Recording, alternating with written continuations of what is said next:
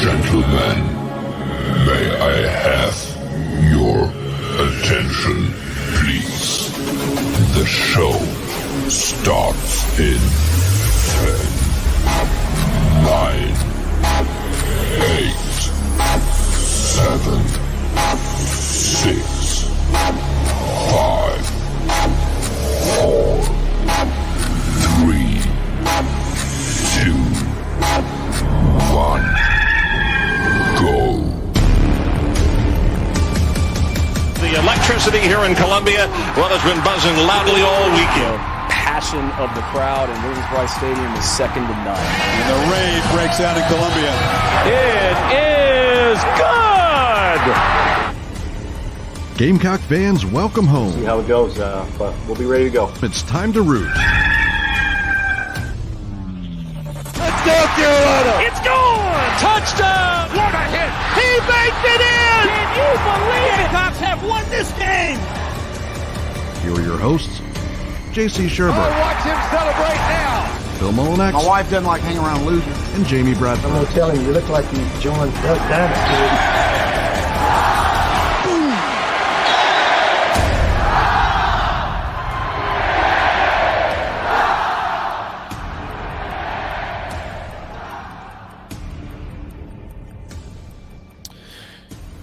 All right, greetings and good morning. Welcome aboard and welcome home. Inside the Gamecocks, the show, live from the Signorama Studios and built by the Barndo Code, the barndominiumcode.com, where you can build your dream home for as low as $160 per square foot. And it is a dream, but a dream come true. The barndominiumcode.com if you live in the Carolinas, in Georgia, or in Tennessee. Signorama, of course, they are the preferred sign partners of the Gamecocks.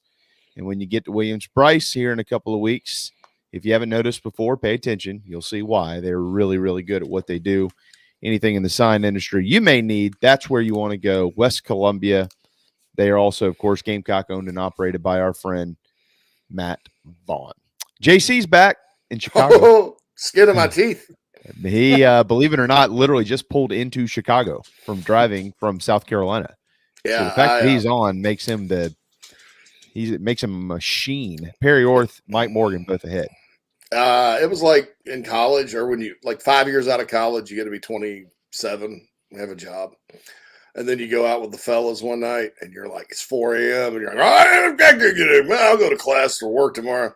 You get up the next day and find out otherwise. So I pulled out of Spartanburg at 4 p.m. yesterday, and I'm rocking and rolling through Knoxville all the way up. And about 15 miles before the Buc-ee's in Richmond, Kentucky, I start falling asleep and swerving off the road and stuff. And I wasn't drunk, obviously. That would be dumb. I needed all the energy I could get up there. And so I figured it'd be better to be, not dead. And so I stopped in Richmond, Kentucky, right outside of Lexington, and spent the night. Got up at about 3 a.m.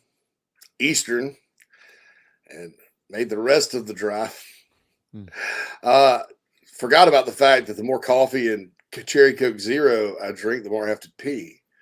So Phil's been on trips with me before. He knows how bad that is.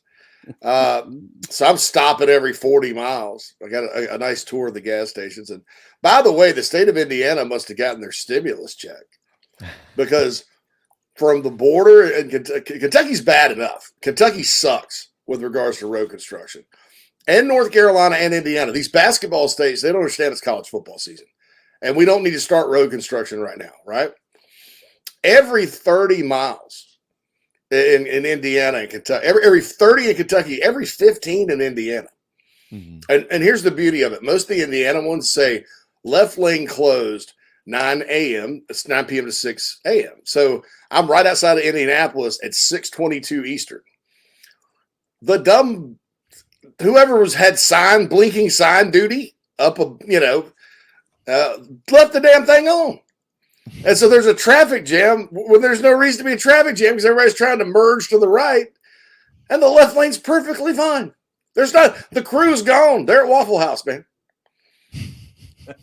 But it's good to be back, see my dog. Of course, my fiance's at work, so I would have liked to seen her too, obviously, and the boys, but they're at school and work. So good to see Red. He's right here at my feet, following me around because he misses me. And good to be back here before I get on a plane Wednesday night to go to Charlotte. So there we go. I was about to say, right back to the Carolinas for you, middle of next week. The Gamecocks and the Tar Heels coming up next Saturday night in Charlotte. And remember, looking forward to seeing all of you at around 2:30 or thereafter outside of Bank of America Stadium at the pregame party. It's going to be a ton of fun, and looking forward late next week, JC, to I guess probably be able to add some additional details to what type of fun we'll be having there before the ball game. So there's going to be a nice surprise for everybody. Yeah, I'd say so. This is not surprising. Perry Orth joining us. He will do so each week throughout football season for the Gamecocks. And he's somewhere on the road, much like JC was. You're not traveling to Chicago as well, are you, Perry?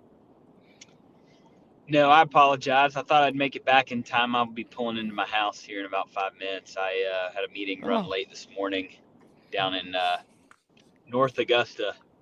So we just making my way back to the city of dreams. Be pulling in here in a minute. Well, you certainly could have just waited. Do you want to call us back when you get home? You can. It's all good, man. I'm already on. We may as well just knock it out, convert to my AirPods, and we'll be rolling. Okay. All right. All right. Well, Perry, you were a quarterback with the Gamecocks, and so we rely on you to try to explain to us what we're hearing week in and week out. Yesterday, Dow Loggins had a chance to meet with the media. We're getting to know him better and better as the season gets closer, and one of his comments that he made was, quote, "We put an awful lot on his plate, as much as any quarterback I've ever coached in 17 years in the NFL. He's got a lot of responsibility at the line of scrimmage." So what does that tell you about Spencer Rattler? He's an experienced player that understands football, and I can assure you, just based off of my knowledge of how Dowell has done things in the past, he's not going to overwhelm the quarterback. So that means Spencer must be grasping it pretty well. And what he means by the line of scrimmage, obviously, it's pass protection, number one.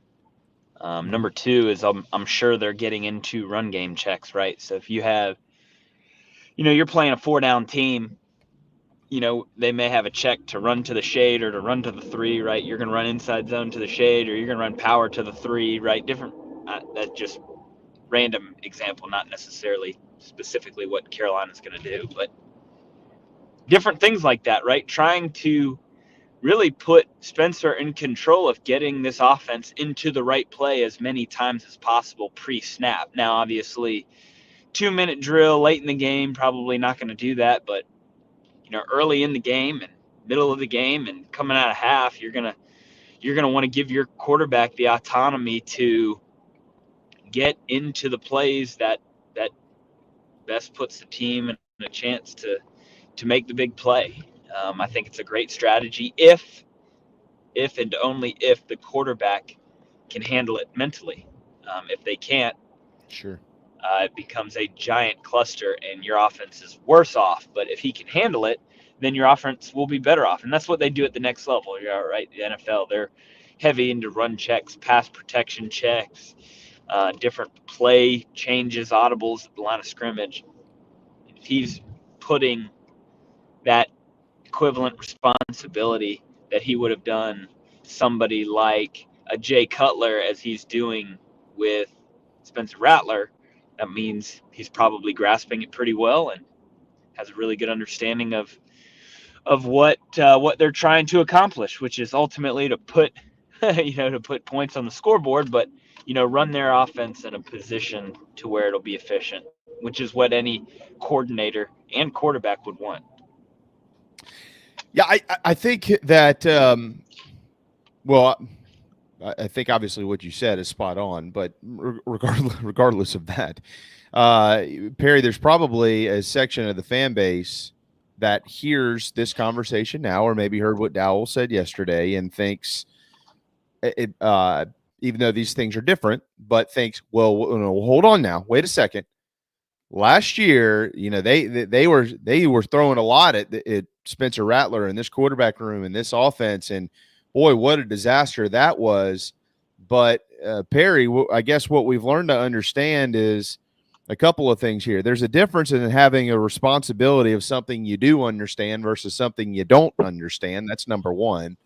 And then number two, they also, the quarterbacks collectively, not just Spencer Rattler, but that room has the autonomy to say, I don't like it. I'm not any good at making this throw. I don't want it in the playbook. And Dowell Loggins will step in and say, no problem. We'll get rid of it and do something else.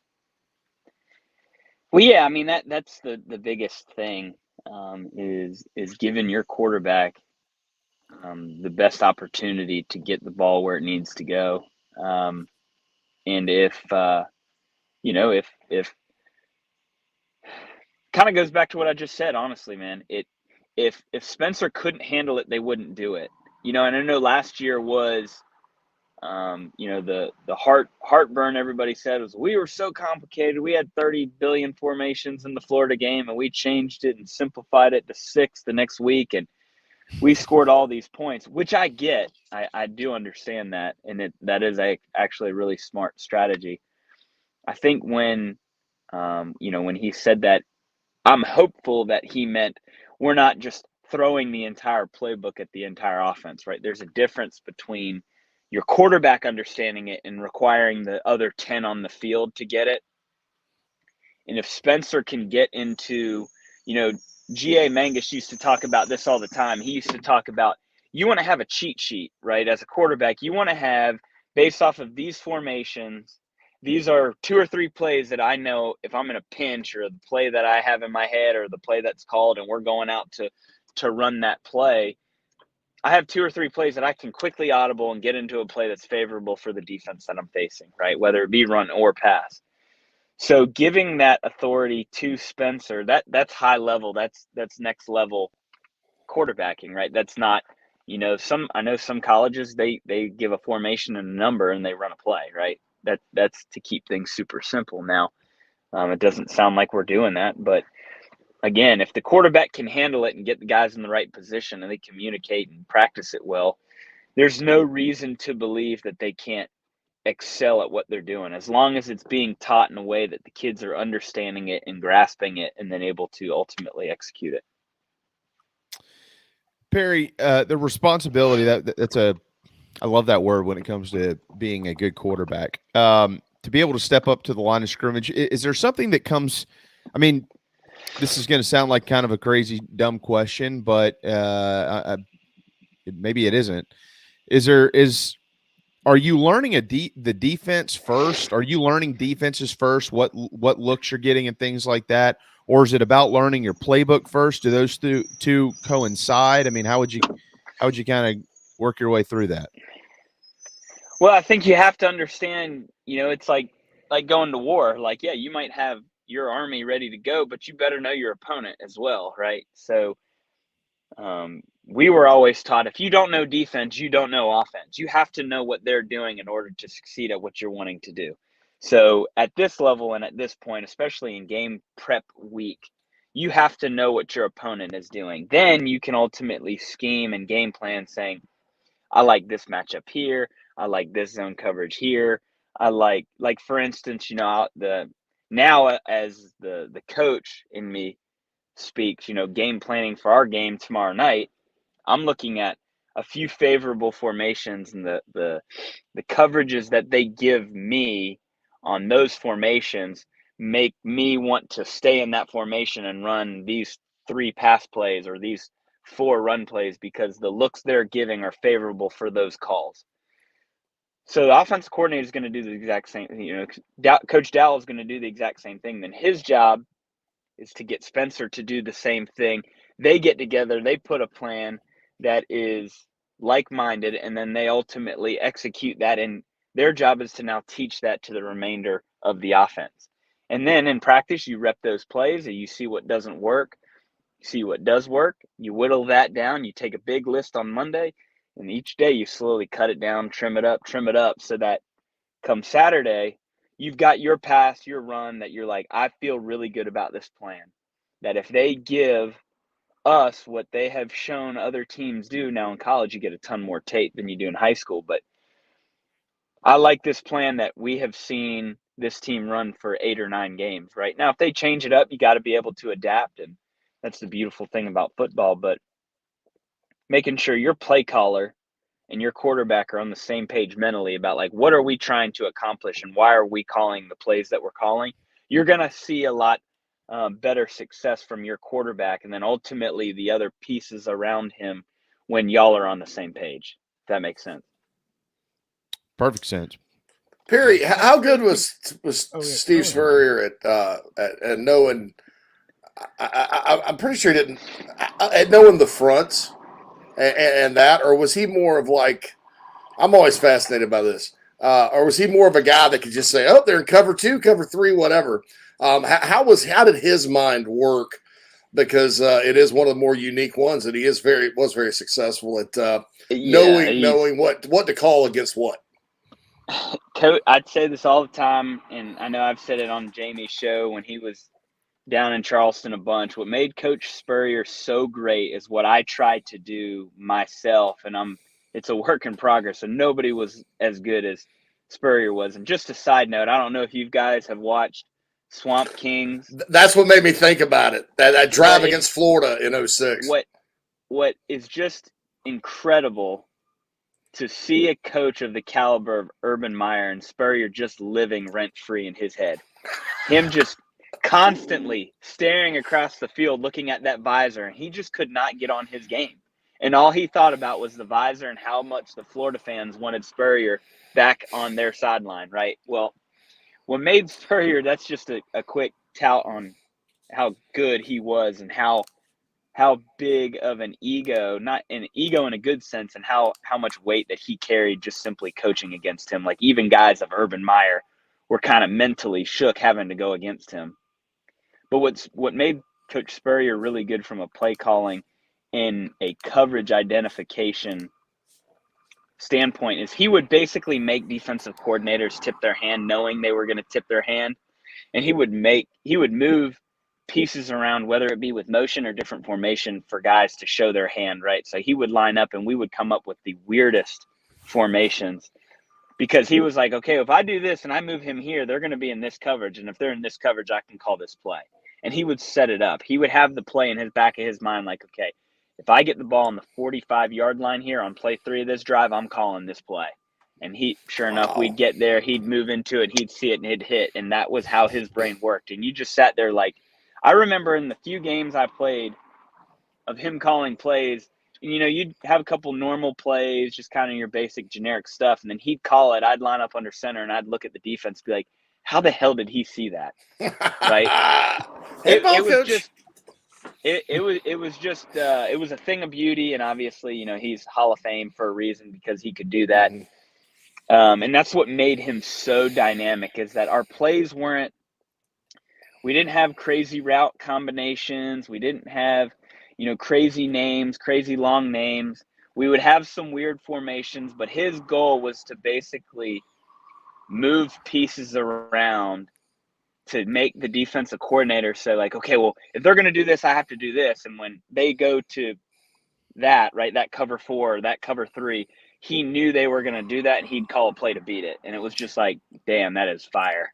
That's why, and that's true. That's a great point here, because I remember when he finally locked up the scrimmages after year 6, he did it because there was video out on the internet, and he didn't mention the plays because his playbook's on the internet. You got Mills and all that stuff. It was he got mad, and I remember his voice going, "They saw our shifts." That's what he was mad about. They saw our shifts. Yep. And that's actually I learned something from you there, man. That's amazing. I didn't know that was kind of the straw that stirred the drink. Yeah, and that's what it is. It's matchups and ultimately, what I liked about his offensive strategy is what I try to tell my high school kids is that I don't, and he never called plays, and he wasn't like, okay, we have,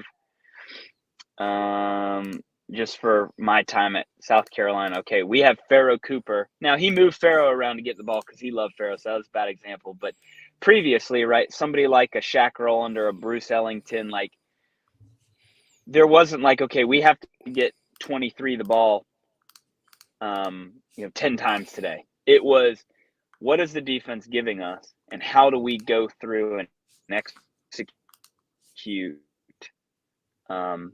plays that beat what they're giving us? Not necessarily I have to get him the ball or I have to get him the ball. It was, this is what we're doing, and this is, if you get the ball this week, great, go make a play. If not, shut up, because the next week you're probably getting the ball, right, based off of the different things that that the defense will give us. Then, ultimately, then if he felt that there was a specific matchup issue, then he would move guys around into different places. Then he would move Pharaoh from inside to outside or back or whatever, right? So he just saw, it was just kind of like, the mad magician, scientist. He'd go in his office, shut the door, and come out, and you'd be like, how the hell did he think of this, right? But he'd see little tweaks on film where he said, okay, well, if I'm in 2x2, then I move my tight end from here to here, and then maybe move him off the ball and motion him here based off of that play.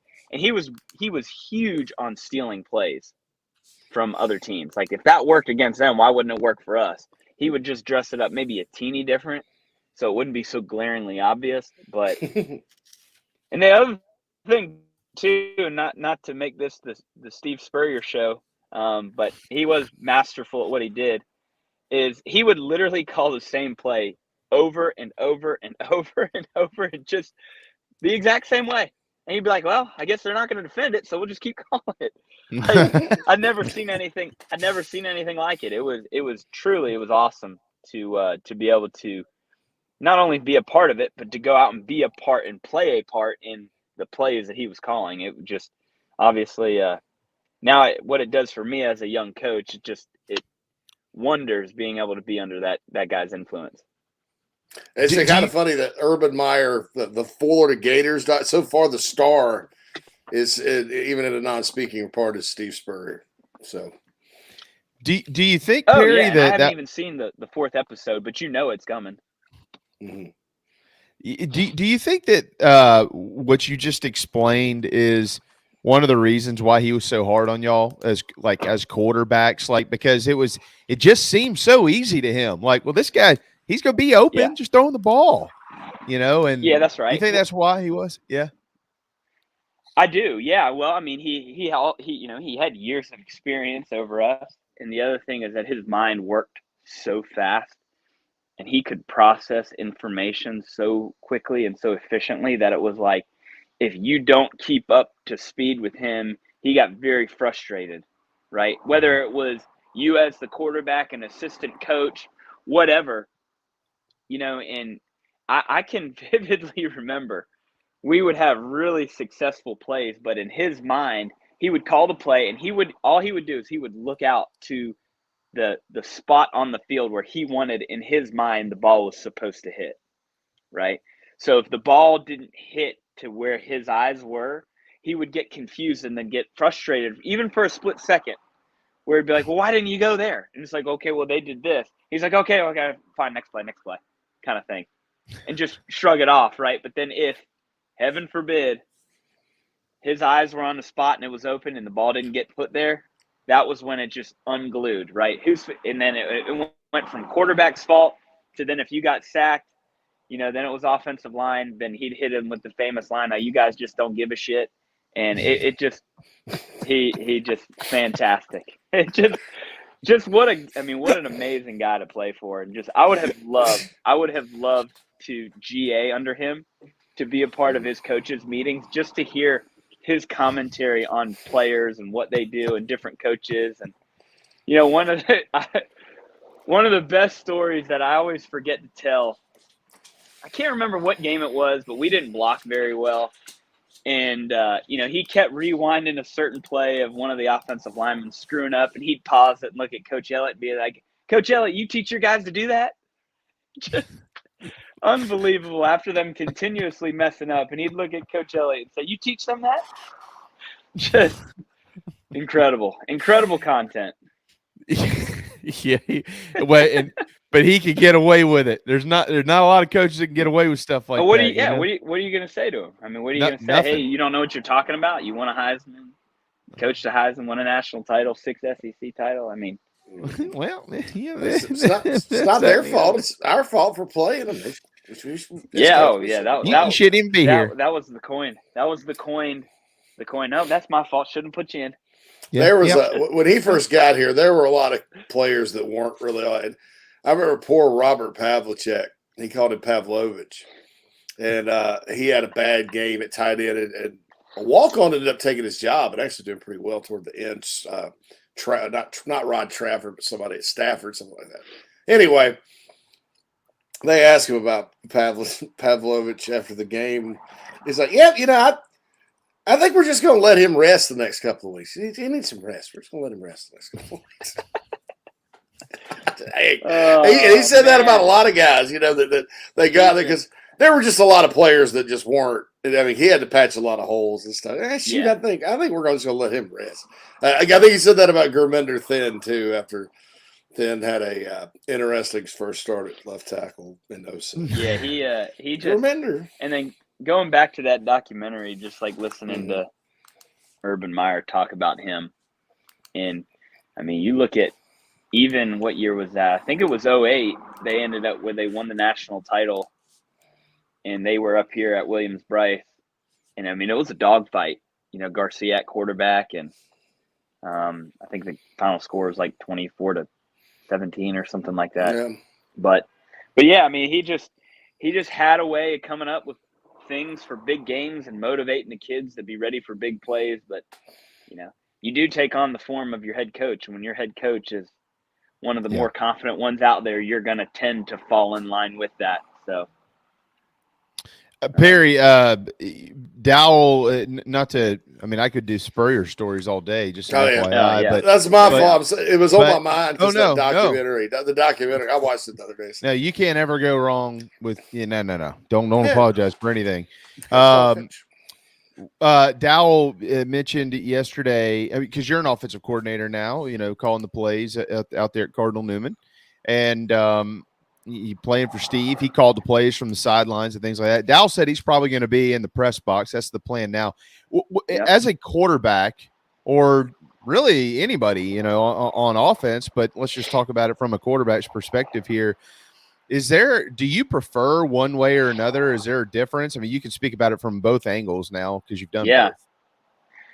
Yeah, I mean, I don't go in the box myself. I like to gauge the temperature of the guys. Now, maybe if I was in college, I'd do it differently just because high school defenses are not nearly as complex as they are in college. But, I didn't have a preference because you could just go over to the sideline and grab a headset and talk to them. It really is a preference of the coordinator, right? If they feel like they need to be in the box to get, a bird's eye view and not be, distracted with the hustle and bustle of the sideline and the emotions of it. And you're strictly focusing on, next play, here's the play at hand. And then ultimately it's what he's used to. If Dowell spent his career calling plays from the booth in the NFL, then he needs to stay there, and I'm excited to see what it looks like. But as far as preferring one over the other, there's not necessarily. I mean, hell, as a quarterback, you probably prefer him being in the booth. So if you screw up, you're not getting your ass ripped when he's right in front of your ear, right? You just get it on the phone and kind of pretend like, it's like getting chewed out by your dad in high school. You're just kind of like, oh yeah, put your head over to the side and just take it, kind of. Yeah. That's a good point. I don't know how much chewing Dowell does. He seems, I don't know. I'm sure he has some of that in him somewhere. But being an NFL guy, I would imagine dealing with NFL quarterbacks and NFL players versus college guys a little bit different.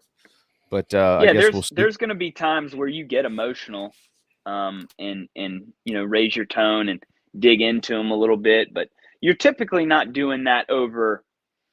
Certainly not physical mistakes. Maybe like, come on, man, lock in, make that throw kind of thing, but you're not going to scream at your redshirt senior quarterback because he overthrew an out route. That's just not there's nothing positive that comes from that. Now, if they're kind of lackluster and they just kind of seem like they're in outer space and you got to dig into them to kind of wake them up, that's different. But, or maybe he saw one thing. I think that, just speaking from my perspective, and I've only met Dal a handful of times, he seems like just an amazing guy.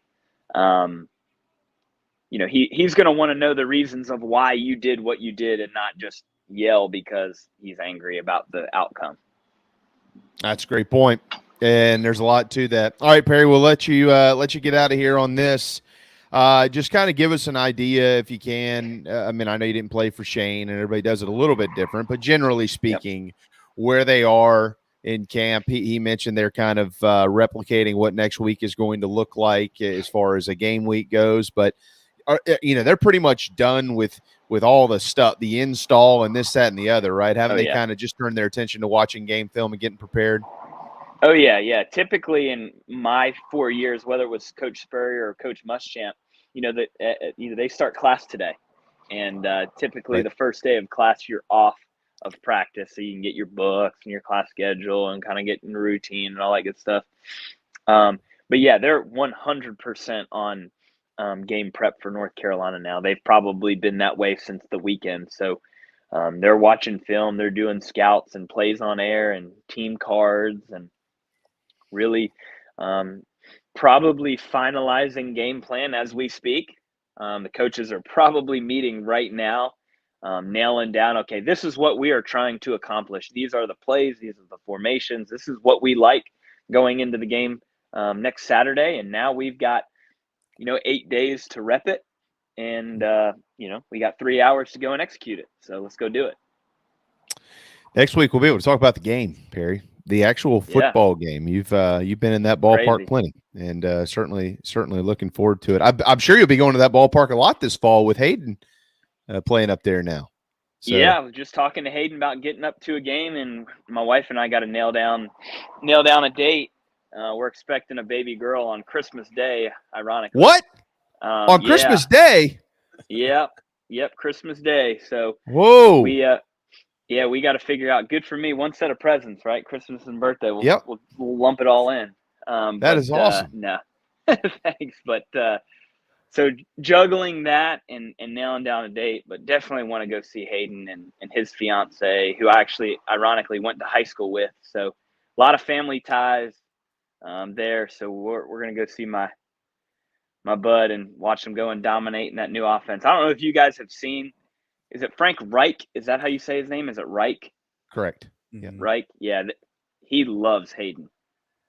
The dude cannot and does not have enough positive things to say about Hayden Hurst. It is pretty awesome. So I'm pumped to see how they use Hayden both in the run and the pass game. So it'll be cool. All of us Gamecocks need to try to make it up to a game. There's a lot of Gamecocks on that roster, and the offensive coordinator used to be a coach here, Thomas Brown. So absolutely. The Panthers they got a bunch of Gamecocks up there. So hopefully that'll help them, maybe get to the playoffs or something like that. But we'll let you run, bud. Next week, look forward to getting a preview in for the Tar Heels and the Gamecocks. Yep. Looking forward to it. Appreciate it, guys. Y'all have a good week. Yes, sir. You too. There you go. Perry Orth, Inside the Playbook with the quarterback, Perry Orth. QB1athletics.com, by the way, if you or somebody needs to be taught how to play that position. Maybe it's your neighbor who thinks he's good, but he's not. You might want to send his parents to QB1athletics.com. That'll help him get on the field. If it doesn't, then he really sucks. But, it's worth a shot by heading to QB1athletics.com. I'm just kidding here, guys. QB1athletics.com to find Perry and their staff all over South Carolina. All right, we got to hit a timeout. We're powered by Electric Bikes of Charleston. They're delivering the rower tomorrow, boys. Here comes the upper body. Start filling this thing out, JC. I'll show you next weekend how many workouts I can get in between now and then. We'll be right back. Welcome home. That's what the Gamecocks say, and so does the Barn Dough Company. where they can build your dream home starting as low as $160 per square foot. If you live in the Carolinas, Georgia, or Tennessee, their turnkey process takes just 4 to 6 months on average and can be custom designed by size and details. Make your dream a reality. Visit thebarndominiumco.com. That's thebarndominiumco.com. The Barn Dough Company, Gamecock, owned and operated. Welcome to TravelingCountryClub.com, your modern golf club experience. Hey folks, this is Michael Manus, former Gamecock golfer, inviting you to play more golf with a membership to TravelingCountryClub.com. With over 40 courses across the Carolinas, our membership provides you with an affordable way to enjoy a club-like golf experience.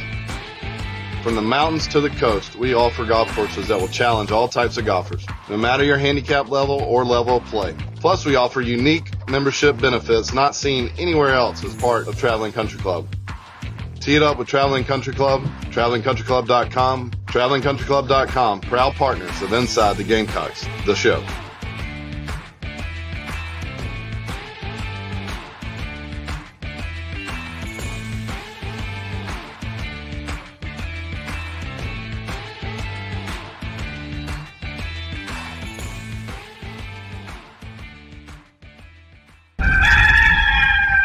Hey everybody, this is Mo Copper from Carolina Football. The show is painted garden and black every day by a couple of painters. Go to letmepaintsomething.com to check them out. Go Cox. 10% off for military repeat customers or mention the show. Interior, exterior painting, fencing, cabinet staining, concrete painting, popcorn ceiling removal, and more. 803-522-6832. Letmepaintsomething.com.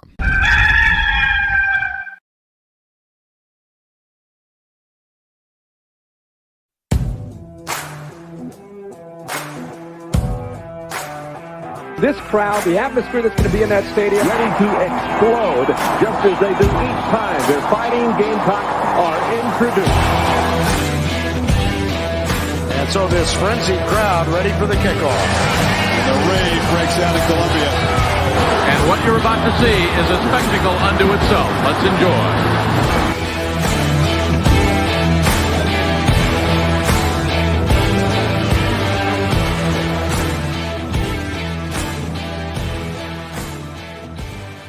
Welcome back, everybody. Can't wait to be at Williams-Brice. Won't be long, guys. No. Be long. We are, we're in single digits until kickoff and until the kickoff of the season for South Carolina. We're 2 days from the kickoff of college football, which is amazing. And so that means we're 16 days, right, from walking into Williams-Brice, which, by the way, apparently – so we got the Darude announcement earlier this week. I guess Cocky has a new intro. Any speculation on what that is, JC? Have you heard anything? I haven't heard anything. Somebody told me, I don't remember who it was. It was a couple of months ago that said they were going to, I guess, redo it a little bit, freshen it up. Because it's actually kind of been the same for a while. I started thinking about it. The box, the magic box. With the small, the magic, Cocky's magic. I have Cocky's magic box. Cocky's magic box is precious. I hope they roll him out in a daggum Harley. How about they do this? I don't think there'll be a Harley. How about they do this? Why don't we do this? Why don't we play Welcome to the Jungle? Oh. And when it kicks in, Cocky comes in on like on a Harley ride, followed by the Carolina girls and the Coquettes, right? Oh, okay. Right, and they rock in like that, and then it goes dark. That fades dark, and then the lights in 2001. Do you mean the Coquettes? I thought it was called the Coquettes. Well, if it's the Coquettes, it sounds like a bunch of drugged up. When I was in college, I said Coquettes. Like, no, it's the Coquettes. I don't know. Coquette is not something that a woman would want to be called. I don't know that I'd rather be. And Quantrell reminds me what kind of moron I am. I'm tired, guys. I think I need to sleep badly because I've seen that before. It's the Demon Deacon does it at Wake Forest. Oh, really? Yeah. JC's bright. And then kind of I like that. I like that. Like a zip line or something, you know. Yeah, like, look, I'm getting ripped on Big Spur too for saying Stetson Bennett should have gotten the Heisman over Caleb Williams too. I just rolled over there. I could care. Look, if it's a non-Gamecock topic, I don't care if I get ripped. I don't really care if I get ripped at all. So my day starts with that, or my sports day starts with that, and then I want to copy Wake Forest with the opener. I'm an idiot. Yeah, I don't know. I don't know what it is. I mean, I had somebody mention one thing to me, but I don't know. Let's see. Yeah, rumor has it. So sources say maybe he'll skydive in. Maybe he'll. I saw that. Yeah, skydive in. I'm like, maybe they're building a secret dungeon at the 50-yard line where he comes up out. I was thinking that too. You come out of the field, right? Wouldn't that be grass great? on top of it? Yeah, comes out of the field like rising from the dead. Y'all ever heard Rodney Carrington talk about the Toby Keith sex dungeon? Anyway, I'm not gonna do the bit. Y'all look it up. It's funny. Yeah, I was about to say the app is 5+ on the app. Yeah, 5+ on the app. But no, it's the cocky dungeon. Yeah, they're down there. Like, okay, so maybe it's a whole thing. Maybe he's being held captive by the tweaking tiger from Clemson. That's the copy of a copy of a copy, and it shows it in black and white. He's down there in chains. And then there's some music play. Then all of a sudden, boom, lights, and then the ground starts shaking. There's some lava and smoke, and then boom, here he comes, ta-da! And then fireworks, and then lights. 2001. I actually think I just talked about Phantasmic, the show at Disney World. Dang, I'm not creative today. Well, imitation is the sincerest form of flattery. Daryl's like, I need some rest. That's true. I need to rest up before I'm drugged to a Notre Dame tailgate party in 48 hours. Hey, by the way, not to throw this conversation into the trash can, but I'm going to feel free. I did not realize, and I don't know where I've been, but I did not realize until just reading, which is always one of my favorite articles on ESPN, the Bottom 10 by Ryan McGee, that Jacksonville State is coached by Rich Rodriguez. Did either of you? Yeah. Where have I been? Rich Rod, yeah. So Rich Rod will be walking his Gamecocks to take on our Gamecock. I've said that before here, right? Or did I say it on? No, I've said it about. I don't remember where I said it, but yeah. Hey, and look, I'm gonna tell you this right now. Be careful about that. Number one, Jacksonville State's not scared of big teams, and they're actually in FBS right now. Conference USA. Mm-hmm. Conference USA. Yeah, they moved up to FBS. Number two, they beat Ole Miss a few years back. Not Ed Orgeron's team, but one of Houston Nutt's team. And number three, Rich Rod's offense, when it's clicking, is very, very difficult to stop. So we get to watch them this weekend and see if they have a quarterback that can run it. Even at Ole Miss that one year where he was the OC when John Reese Plumlee, who's now at UCF, ran it. I mean, I think they scored 34 against Bama or something. It's one of those things that you could stop it these days. It's not like it was when Pat White was running it at West Virginia. But when it does get going, it gets pretty tricky. It's still kind of a unique system. Well, their quarterback is a dual threat quarterback, Zion Webb, who last year threw for almost 2,000 yards, but ran for over 600 yards and 13 touchdowns. Holy smokes. So, yeah, he's a dual threat guy. I don't know. I mean, I'm not looking that far ahead, to be honest with you, but I just think that I didn't realize that he was at Jacksonville State. I have no idea how I didn't know that, but I did. We'll be able to catch a glimpse of it this weekend because they play in week 0. They do. Yeah. Yep. Coming up. Big game on Saturday for Jacksonville State. I don't know who they play, but it's a big game. Who do they play this weekend? I can't remember. We just talked about this yesterday, Phil. What? Oh, my goodness. I can't forget. I mean, remember yesterday. Well, maybe I need a nap too. They've got UTEP at 5:30 on the CBS Sports Network. Yeah. Yes. Which that line is yesterday I mentioned that it was JC, I'm not sure if you're mad at the computer or not, but don't take it out on the computer. I forgot to hit the button. But UTEP, that line yesterday for all you bettors out there was even, Phil. It's drifted to 1 under in favor of the UTEP Teppers. Pretty sure that's their mascot, right? The Teppers? Or are they the Miners? There's a pickaxe in their logo, so maybe I think they're the Miners. I'm pretty sure they're the Miners. They're definitely the Miners. Y'all haven't seen that movie about Texas Western and the Final Four with No, yeah. Don I know. Yeah. Texas Western became Texas El Paso. This is just I used to call them UTEP Teppers all the time because I never knew what they were. I don't even know how long ago, 10 years ago or something. It just flowed, the UTEP Teppers. So UTEP Teppers. Just tap it in. So we just went with it. The UTEP Teppers. Here's a question for both of you, though. Who is the worst team in college football? Not FCS, FBS level, and yeah. Power 5 or No. Just in general. Worst program is probably New Mexico State. You think worse than UMass? Every now and then UMass will jump up and bite somebody. And are we talking program or team? Like, because program UMass was a playoff team in FCS. Oh, like who's the? I know that's a. But see, that's why these teams are stupid. Look, I've kind of Rice. Yeah, Rice. That'd be a good. Two tap Tony. Rich Rod's at Jacksonville State.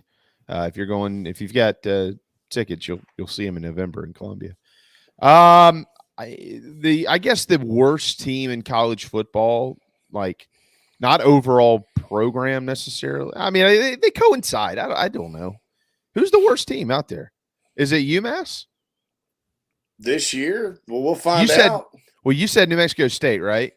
Well, if it's between those for the worst team this year, we're finding out Saturday. Yeah, it's 7 o'clock time show on ESPN. On ESPN. How are they going to dress this thing up? Before Mike gets on, I'll tell you the story. Like, Mike calls me up one day. He's like, "Hey, what's up?" Hey, what's going on, man? And he's like, "You got an ESPN assignment today, this week, heading to Las Cruces, New Mexico." Yep. I happened to turn it on. Mike's calling that game. There's about 13 people there. Boise State, I think, was the opponent. And just beat them senseless. But hey, New Mexico State, remember when Carolina broke the 21-game losing streak against them? You guys know that they had a really good coach that year or during that time period that had come from Nebraska. And they had sprung some upsets the year before. And I remember watching it was on WTBS. Back they still covered college football back then. And they were making bold predictions. They said New Mexico State will beat South Carolina in that ball game. Wow. How about them apples? Showed them.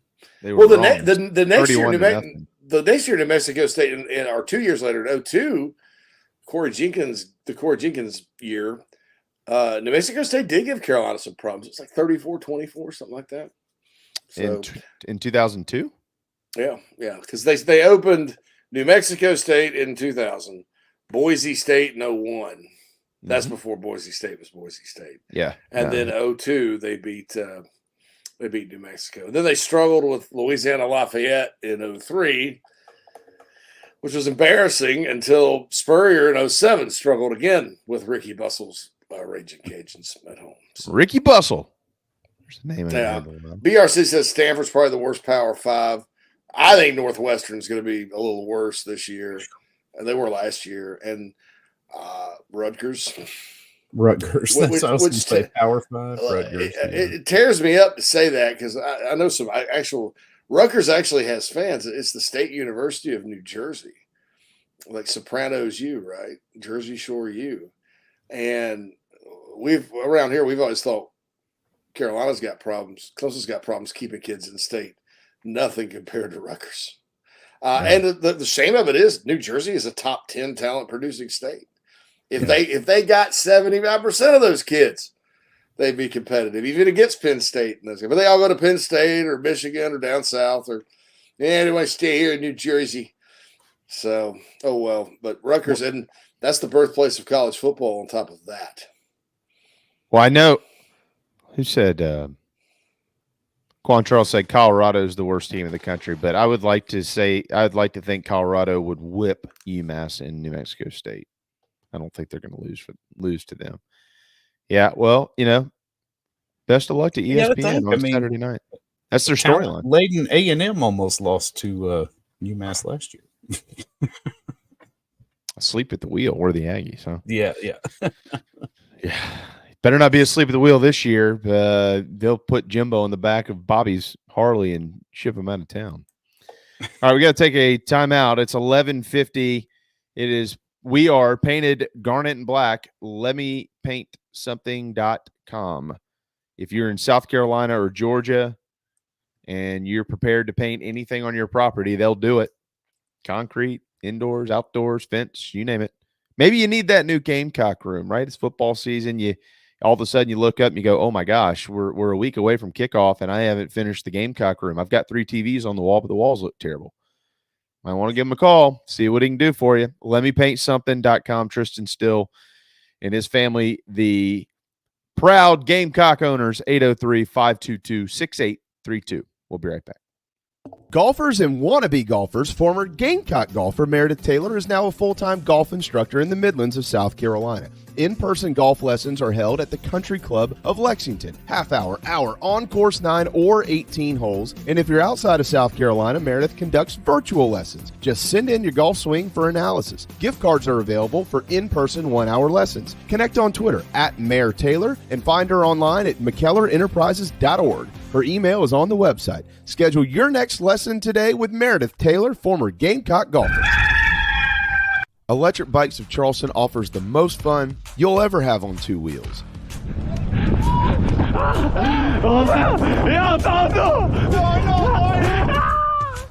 Magnum, Velotric, Aventon bikes, and more. And they sell to consumers all across the state and offer outstanding warranties and service after the sale. 5 levels of pedal assist plus a throttle help you handle the southern heat better, but still get great exercise. Bikes are available all ages and sizes. ElectricBikesCharleston.com or stop into their store in Mount Pleasant. Electric Bikes of Charleston, powering Inside the Gamecocks, the show. Bikes are Charleston! Electric Bikes of Charleston! Electric Bikes of Charleston! Electric Bikes of Charleston! Electric Bikes of Charleston!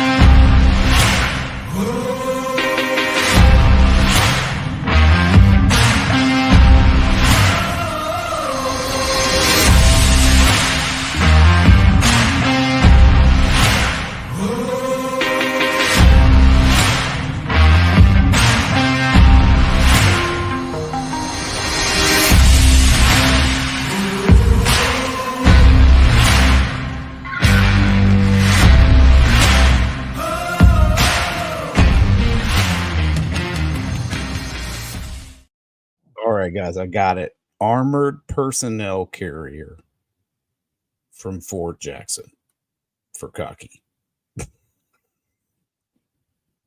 Where'd you get that? Roll him in there. Is that your opinion, or is that actually what's going to happen?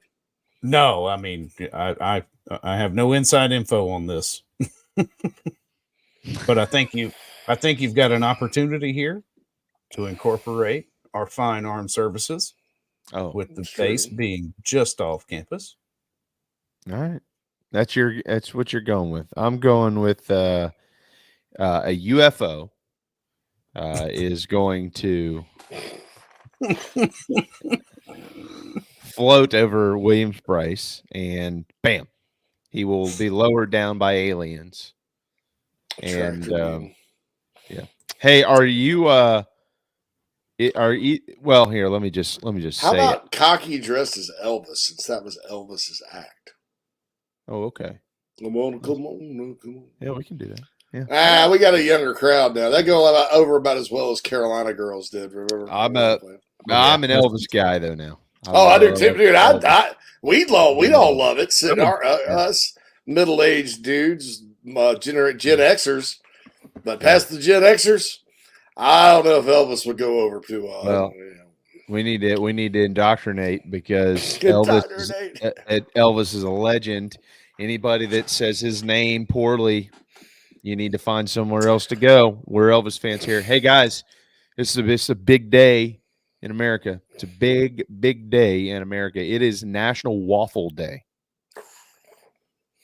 Are y'all waffle? If you had the choice, hey, you can have a waffle or a pancake. What do you want? What are you taking? Waffle or pancake? I'm taking waffle. Yeah. When I was a kid, it's probably pancake, but I mean, I probably passed 125 Waffle Houses just now on my drive. But once you get north of Indianapolis, they're nowhere to be found. So thanks for bringing that up, Jamie. I appreciate it because I did not stop at Waffle House on the way. Now I want me some Waffle House, and this is not good. Waffle House is so good. It really is, man. I love Waffle House. I took Nat and the boys there. We were in Pigeon Forge, and they enjoyed that meal that was $60 better than. I mean, the two kids got seconds. Wait, y'all had to pay $60 at a Waffle House? You don't understand what they eat. Oh, okay. I mean, it's like the boys got, and they had two friends with them. Buy every waffle in Tennessee. They ate the two friends ate the same thing. It was like, so they get an entree, like they get the ham and 3 eggs with the waffle, and then they order hash browns, and then another meat side, and then another waffle, and then that's the first course, and then they ask for another waffle. And that guy, well, I did have my hash browns scattered, smothered, covered, topped, and diced. Yeah, and chunked. Got it, dude. That just it seems ludicrous, but just that one square slice of cheese that they put on those hash browns makes the whole difference in the world. No diet. No, and it's not even a thick piece of cheese. No, it's not. You know, I can imagine if they had a Waffle House up here. Yeah, it would be the most popular because they got Chick-fil-A up here about 10 years ago, and there's still a line around the building just like there is in the South. If they got Waffle House up here, I think it would be nutso. We're going to go to Waffle House. You're going to get the cheesesteak melt Texas with the hash browns in the waffle. I mean, it's right up these people's alley. I mean, there's no beef sandwiches at the Waffle House, but they would eat it up. I mean, I ought to open a Waffle House right here. And I would do. I'd be a zillionaire. Yeah, you would. The Waffle King of Chicago. What about a Waffle House in Homer Glen? And like all of Chicago invaded my nice little hamlet I live in, and I had to require reservations or open table to get in. Well, tonight at Waffle House, reservations are required. So, world's most double-decker Waffle House. Waffle House. The ultimate dictator of hurricane strength as well. Michael Jordan and Phil Jackson and Bo Jackson and Sean Dunston roll by when they're in town. Oh yeah, Sean Dunston, celebrities. That's a name. That's right. That's the name I always use when I do my Harry Carey. Sean Dunston of the plate. Oh. He's about 1 for 4. Harry would say about 1 for 4. Oh, I'm sorry, Phil. Phil should have let it be, but I'm sorry. Did I break your concentration? No, we're on a clock, Jason. But that would have been funny if Phil had just chimed in like that. I'm sorry. Did I break your concentration? Phil, allow me to retort. Phil did the right thing there. I know. I'm sorry. Well done, Phil. I lost track of time there, man. It's one of those rare times where I actually was paying attention to the time in the middle of the show. Yeah, the two of you have absolutely. I'm an old radio guy, so I think clock. Y'all just think ramble. Ramble. Where's JC? Oh, he hadn't clicked this out yet, Phil. Well, it's the first hour. What if I did? I just bounce. Hey, see you guys later. We're gonna take a nap. All right. We would not be shocked by that now. John says he wants to shoot Cocky out of a cannon from the upper deck. I bet Cocky would enjoy that if he had a. You could do a zip line like they do with. Speaking of Disney, like they do with Tinkerbell at the castle. She's on the zip line. What would the liability be on that though? Like, what kind of insurance policy would you have? You probably need to be very well insured for that. These are students, right? What if it's like what they tell you before you go whitewater rafting? Hey, can I give you a heads up? You're going to sign this piece of paper saying your family can't sue us if you die out there, and you're like, okay, do I really want to do this? Or and that the game will go on as planned in the event of Cocky's death. Yeah. They'll just remove you from the ball game. Like, they're not going to delay anything. You want to talk about a quandary there. It's like, because it's ultimately someone most of us don't know in a costume. Now it's an untimely, but then they'd have to cancel the game. No, and we'd all say the right things, but we would really feel like I kind of wish they'd have played the game and just be ashamed to think that. Yeah, I don't know. I don't bring my youngest to the stadium for the Furman game, and we're going to see this new thing. And then if Cocky goes down in that, she's going to be inconsolable. They'd be suing for mental health issues. I know. I'd be a little freaked out. I'd be like, because Cocky's kind of a symbol of my childhood. Right. All right, we got to go. Mike Morgan up next inside the Gamecocks, the show. Just as your State Farm agent combines good neighbor service with surprisingly great rates, you can combine your home, auto, life, or small business insurance with Tony Pope State Farm Insurance today. And guess what you'll get?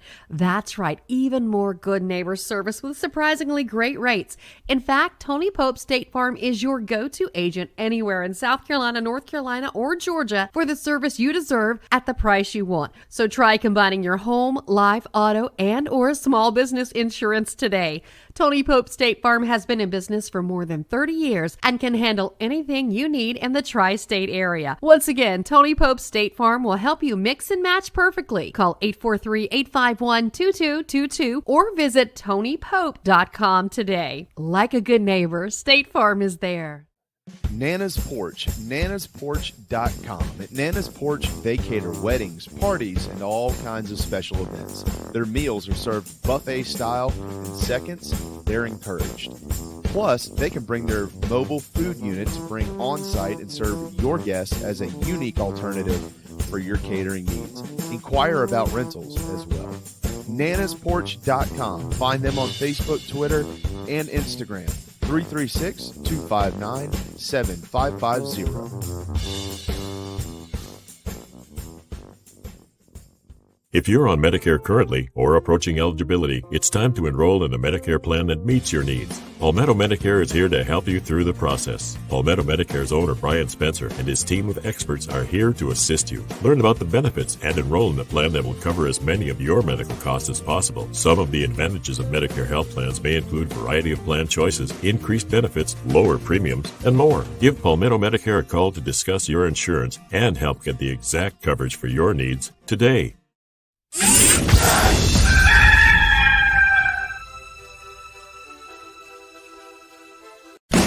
Power Hour presented by Palmetto Medicare with Mike Morgan starts now. What's up, bud?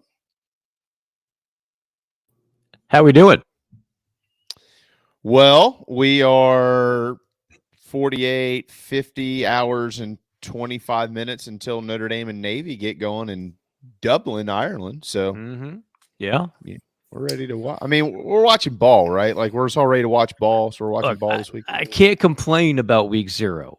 What if we don't have any games? What am I going to watch? So I get it. Like, I don't think the matchups are going to be great in week 0 at any time soon. What was it a few years ago? I remember because I was in Columbia, South Carolina. Cole Kublik and I were about to call a Hammond game for ESPN with Jordan Birch. That was the big draw to that, why we were there. But the night before was Florida-Miami played a week 0 game. Yeah, and I think the strategy, the reason why they were willing to do that, and you guys correct me if I'm wrong, at least one, if not both of those teams took week 1 off. So they played week 0 and used week 1 as a bye. I believe that's right.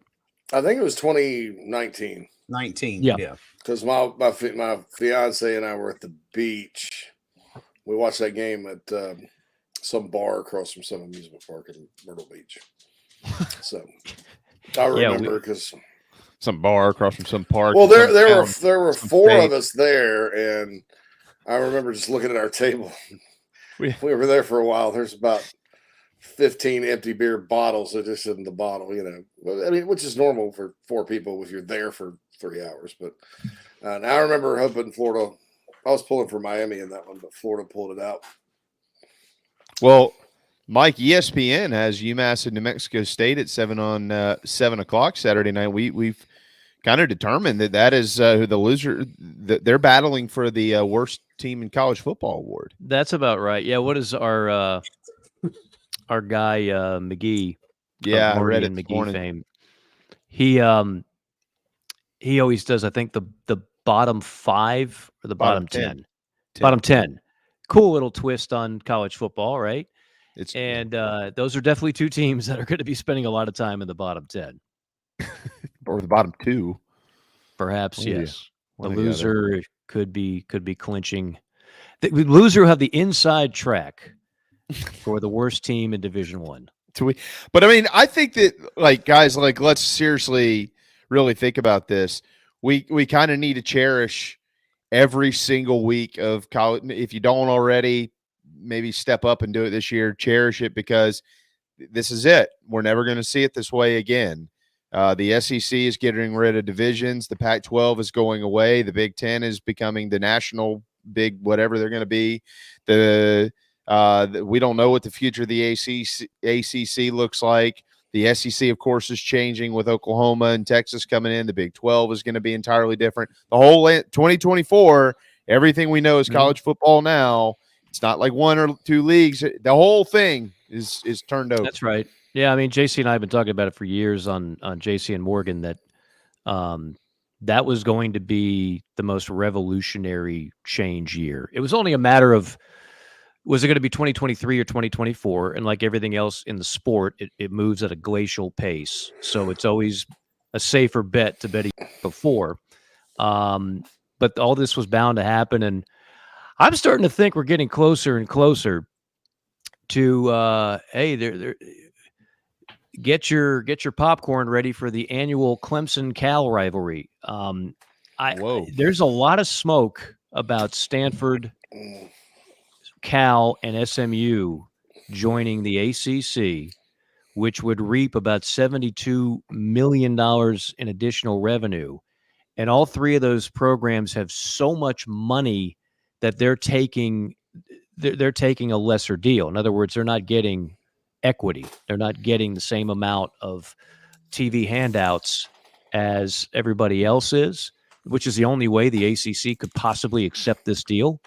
I'm starting to think that's closer and closer to coming true. It looked like it was dead on the vine, and then it's back out there. And the fact that it's back out there a second time, that normally means somebody, if not both, came to their senses and said, you know what? No, we do need to get this done. Let's do it. I think it's asinine. It's desperation, asinine.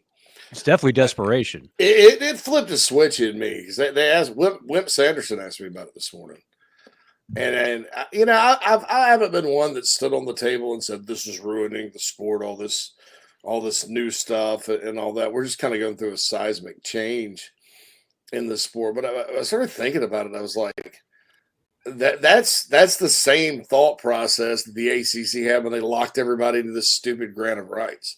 What they're doing is, number one, and then I'll talk about academics in a second. They're making sure that Clemson and Florida State schools that care about football can't dissolve the league. That's right. Because this means they'll never have the votes to dissolve the league. So the little guys are going to keep the big guys in it. That's one. And then number two, I think you're going to hear a lot about academics, which is a steaming pile of horse manure. These people that are going to make volleyball kids fly across the country and play games on Tuesdays, and basketball players do all that crap, and basically make other sports, even the ones you don't get full scholarships for, like baseball, like because you're idiots, you're going to make their lives a living hell. And then tell me about academics. Don't tell me about academics. I don't want to hear that. I don't want to hear about their. I don't want to hear how great of a fit Stanford is because of the academics.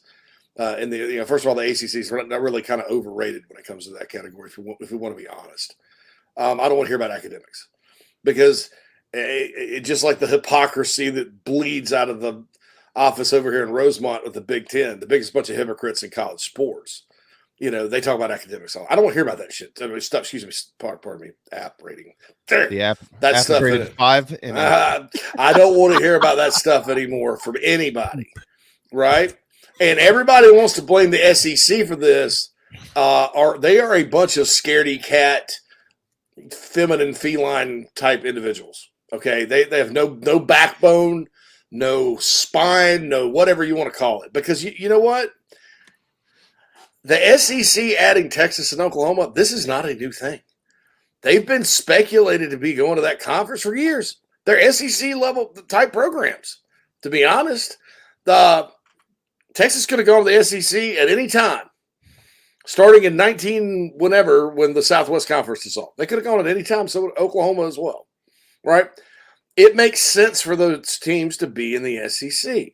Don't tell me that, okay, because they did this, we're going to have to go at Southern Cal and UCLA. Don't tell me that. At that point, it's just like a game of Risk.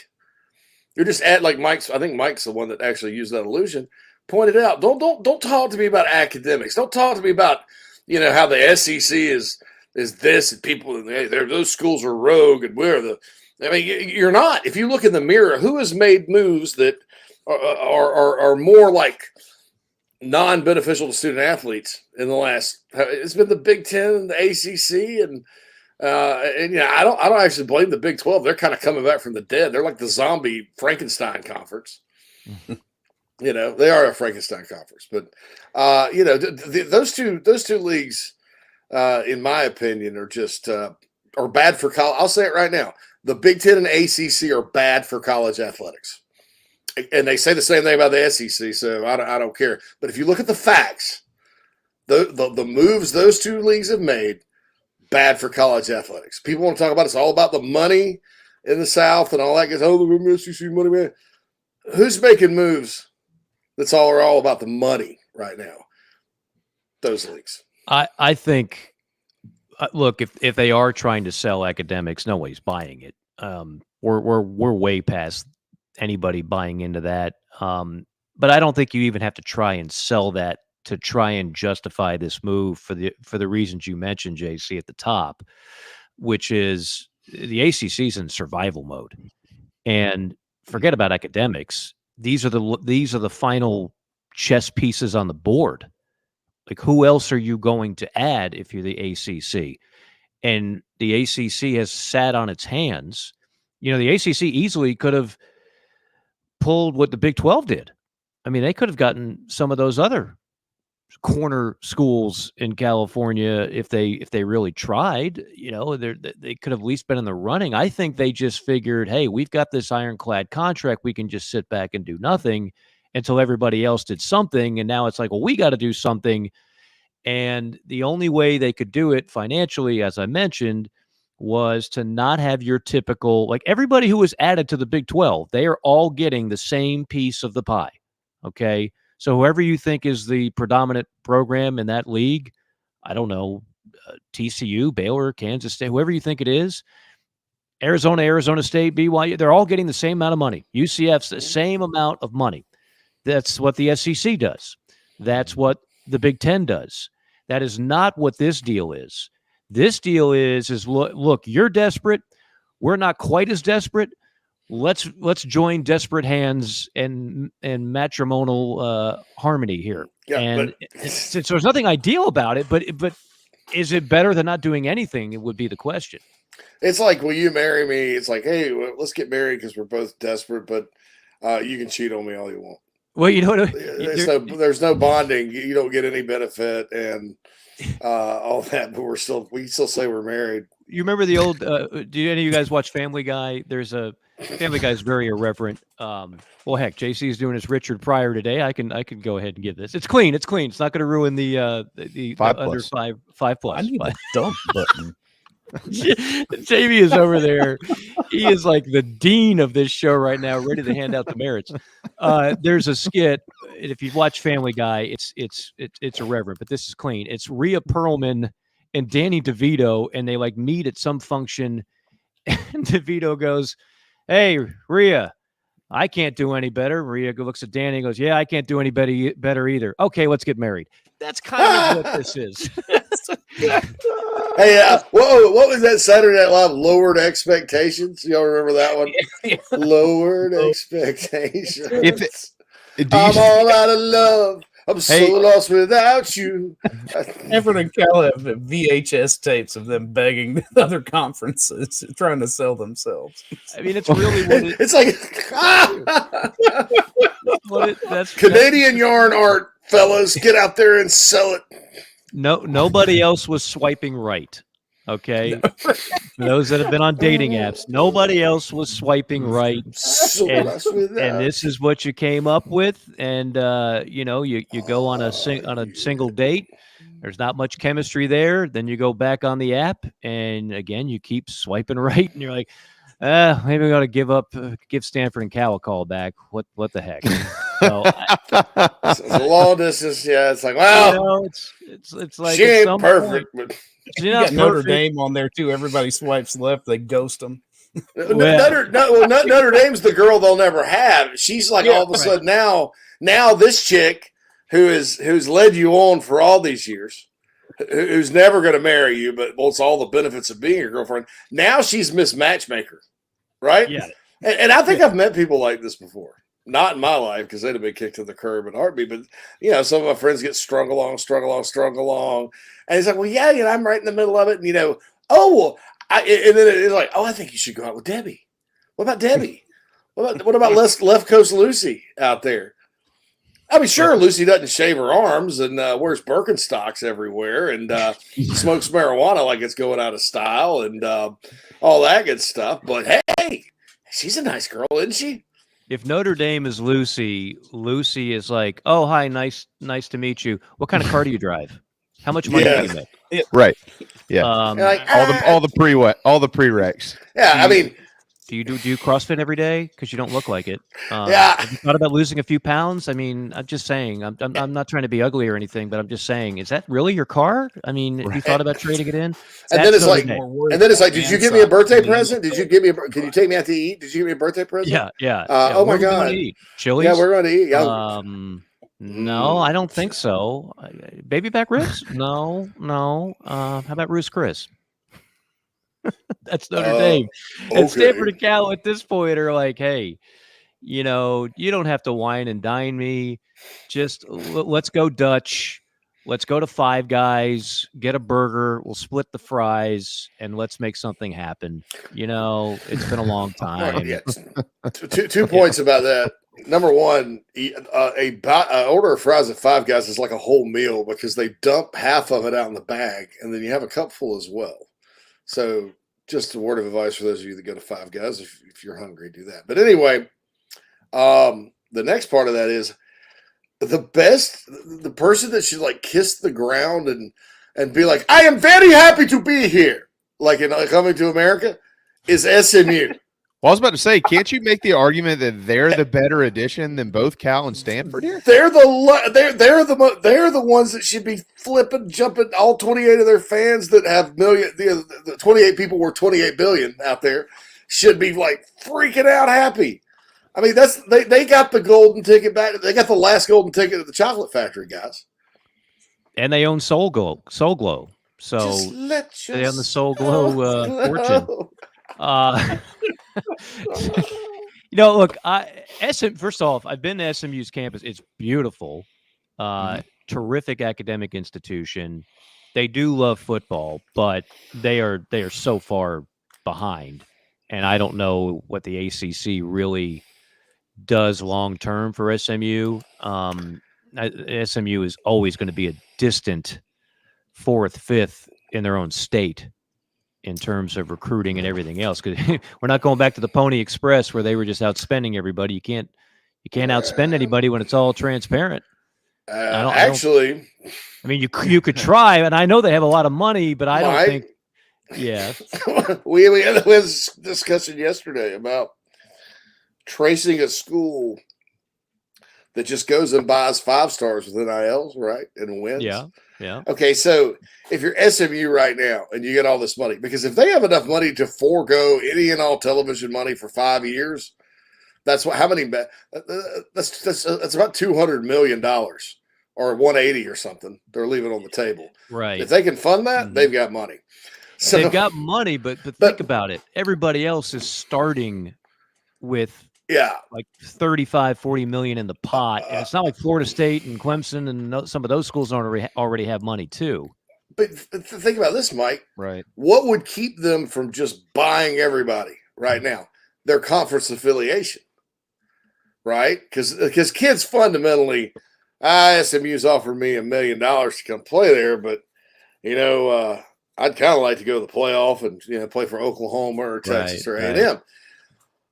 Well, what this does is it's going to save the ACC, and now if you're SMU, you could say, well, how about making $1 million and coming here and then playing in the Power 5 league and having a chance to get to the playoff? Yeah, I get it. I hope that happens. I mean, I would love to see SMU just say, look, we've got the richest donors of anybody. The thing is that what SMU, they do have some big pockets from a select group of people, but they don't have the numbers, right? So there's multiple ways to skin the cat, and NIL money and booster money is, you got like 3 or 4 whales, or as I always call them, sugar daddies. Like Michigan State has a sugar daddy. Miami has one that may or may not be in jail sometime soon, but you can do it that way, or you can just have thousands of people that just love winning college football and a huge enrollment and alumni base, and so you get less from each, but the grand sum total, the aggregate total, is more. So I don't know if SMU is going to completely just outspend everybody in that league. Just like Stanford, I don't think is going to be able to do that. And Cal, like I keep hearing how much money Stanford and Cal have. Well, they sure as hell don't do much to spend it. I mean, no, they haven't. They haven't for years. It's not a priority over there. You go and you watch a college football game in most of those California schools, not named Southern Cal. It's just not a. Remember when UCLA played a Week 0 game a few years ago? I think it was 2 years ago. UCLA played. It was a legit opponent. It was FA. They almost lost. It was either FIU or FAU. They almost lost. No, I don't think it was. I don't think it was a direction. Or was it USF? I think it was a Florida school. Well, Phil, you might be right, but Phil, double check. The bigger point is that no. I'm sorry, South Alabama. It was South Alabama. Okay, because it was Regardless, the stadium. I got 100,000 seat stadium. There's like 5,000 people in it. The weather was fine. It was a legit game. It's the first game of the year. It's Chip Kelly coaching, and it was so embarrassing on national TV to see that. Why is that? Because they don't look at football the way we do, and they never will. I don't care what conference they're in. I don't care what playoff structure they're in. That's not the way they do things over there. So all the money in the world can't cure apathy, which is what Stanford and Cal have. And then in the case of SMU, they're a great little story. And again, I'd love to see them be relevant again. And it's not like all 3 of these additions. I could find some positives for it. I don't think it really moves the needle much. I don't think the ACC got stronger. I just think it's like, well, we got issues here. We got teams that want to leave. Let's just add the best 3 pieces on the board and see what we can make out of it. I mean, honestly, I think there's a little bit of an experimentation going on with this move. By the way, the SMU's got like $100 million that they're in the middle of redoing their stadium. Mm-hmm. Once that's built, if they do get into the ACC, you're going to have SMU outside of a couple, Clemson, Florida State, NC State, a couple, their facilities are going to be either right in the middle or more shifted towards the top from a football standpoint in that league if they get in. They can do that. I mean, if they really want to. But again, they're never going to get what Florida State, Clemson do. They're not going to get 90,000 a game at SMU. It's a small private school. It's just that they're more like Wake Forest than right. Well, that's changing anyways. Well, their facility will be nicer in Wake. It'll be nicer in Duke. It'll be nicer in Syracuse. Nicer in Boston College. Nicer than Miami. And so on to Cal.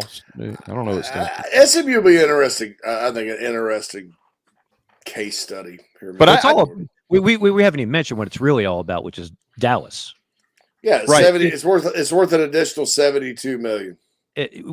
I mentioned that at the top, but SMU specifically is the Dallas market. Oh, Dallas! Right? I thought you said dollars in a weird way. Oh no! We already know that. I am half asleep.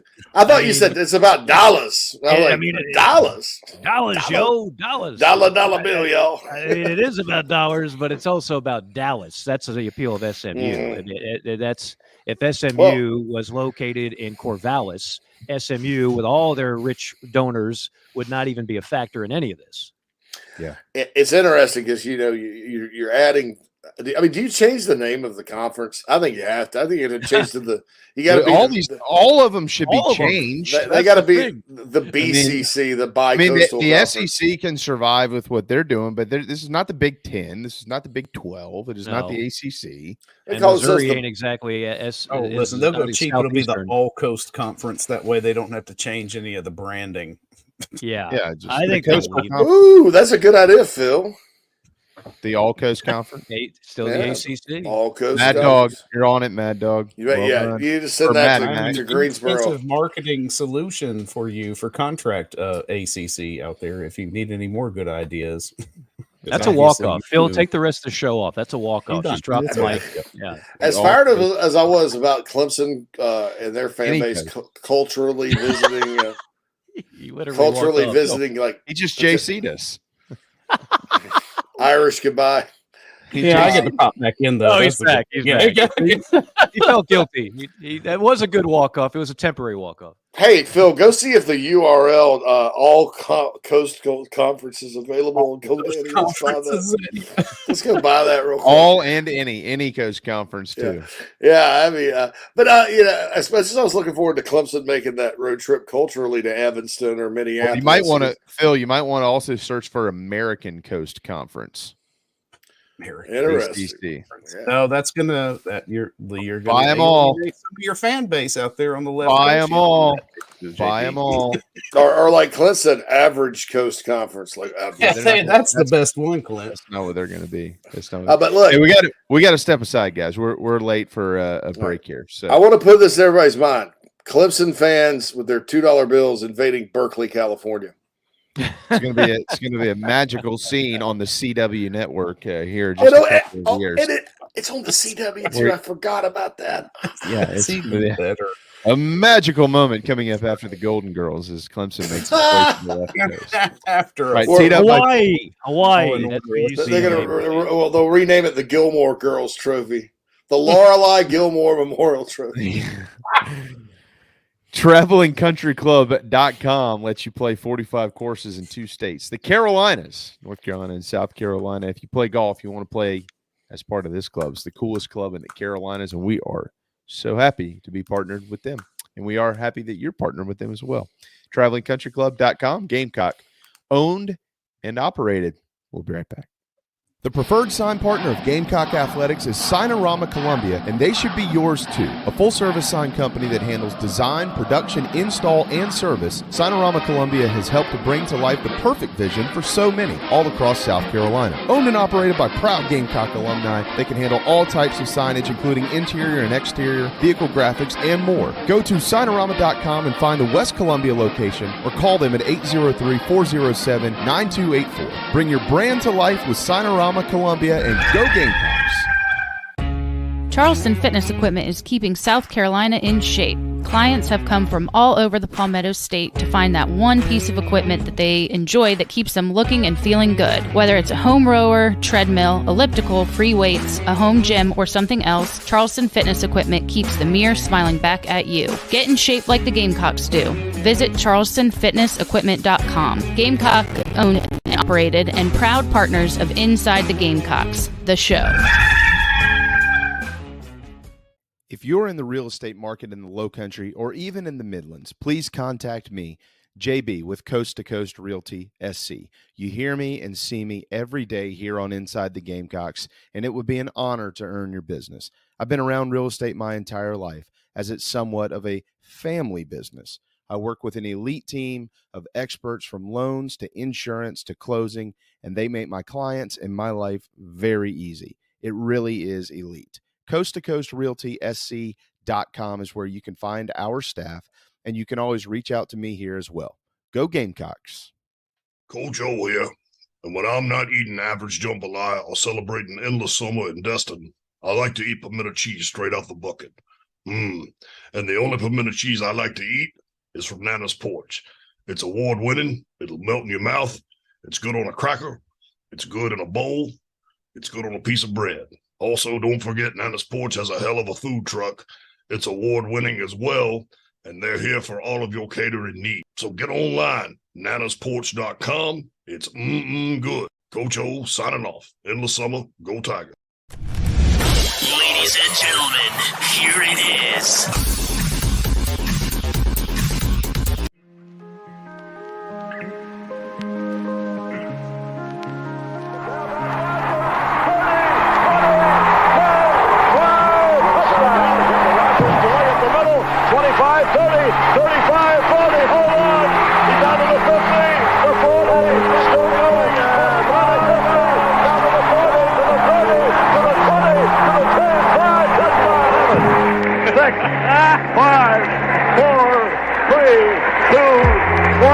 Celebration time as Carolina has defeated Notre Dame in a thriller here at South Bend, the 20 to the 10 to the 5, touchdown!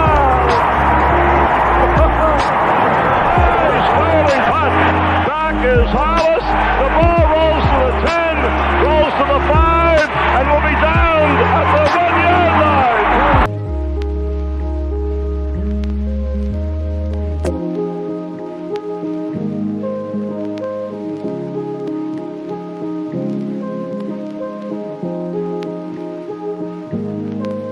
Bob Fulton was pretty good. Mike Morgan had the chance to spend some time around Bob Fulton, the voice of Gamecock athletics at one point in time, and probably will always be considered, quote, the voice as well. 12:34. Welcome back inside the Gamecocks, this show.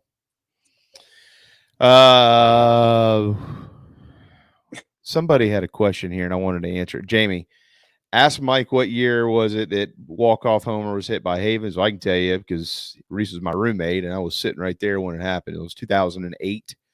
Had they lost that game, they would have not made it to the SEC tournament in Hoover. Right, Mike?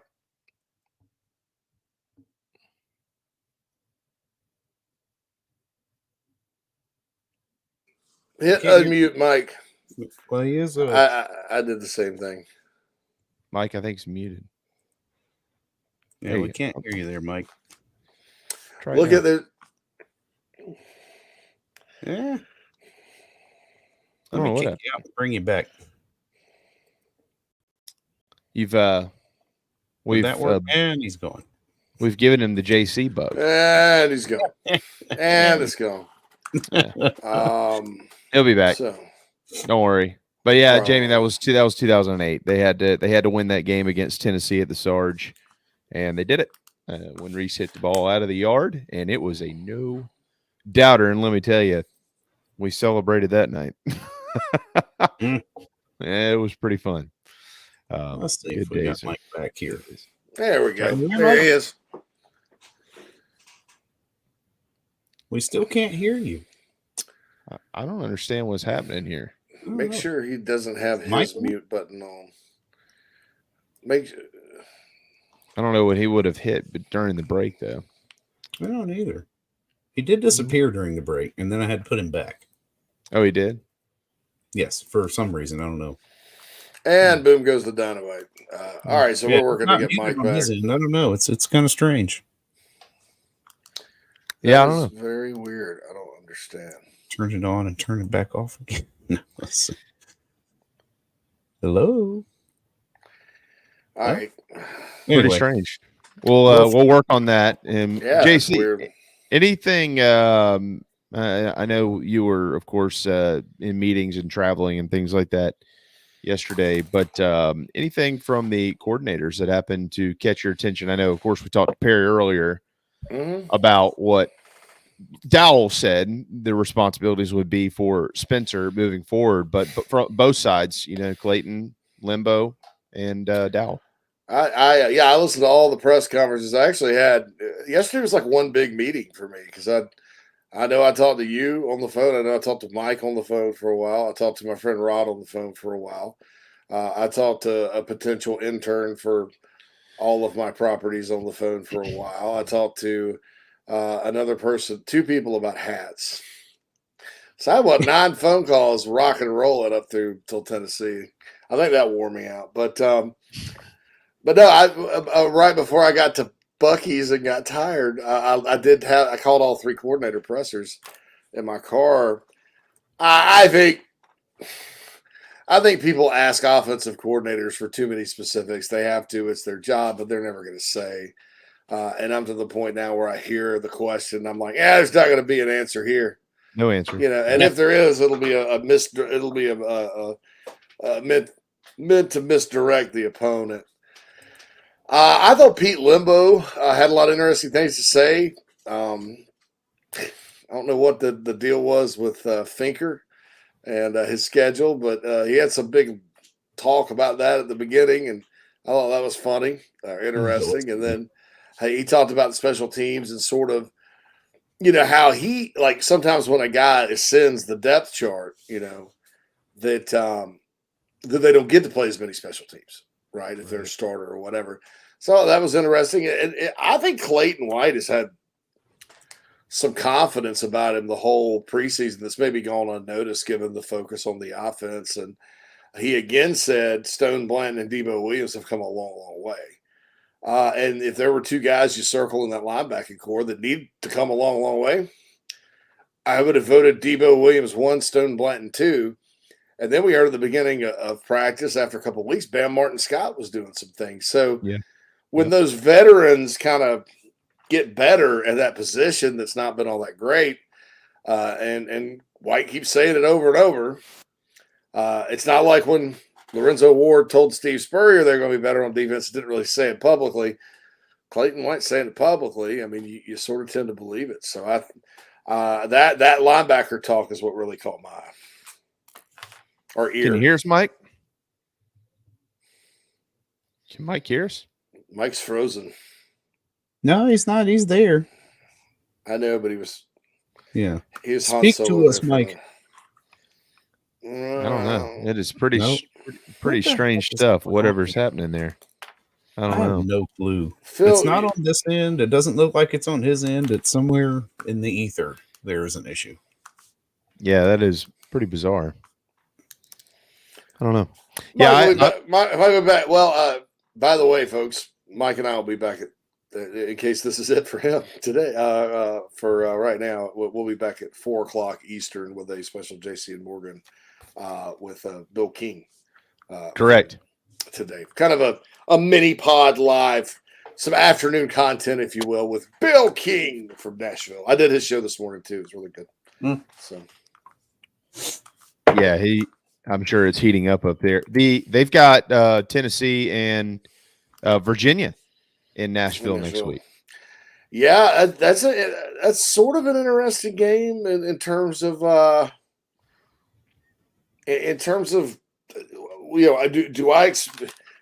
don't think Virginia's going to win the football game. I want to see how accurate Joe Milton is, what the Vols offense looks like in that department. Then I want to just see if Virginia can compete.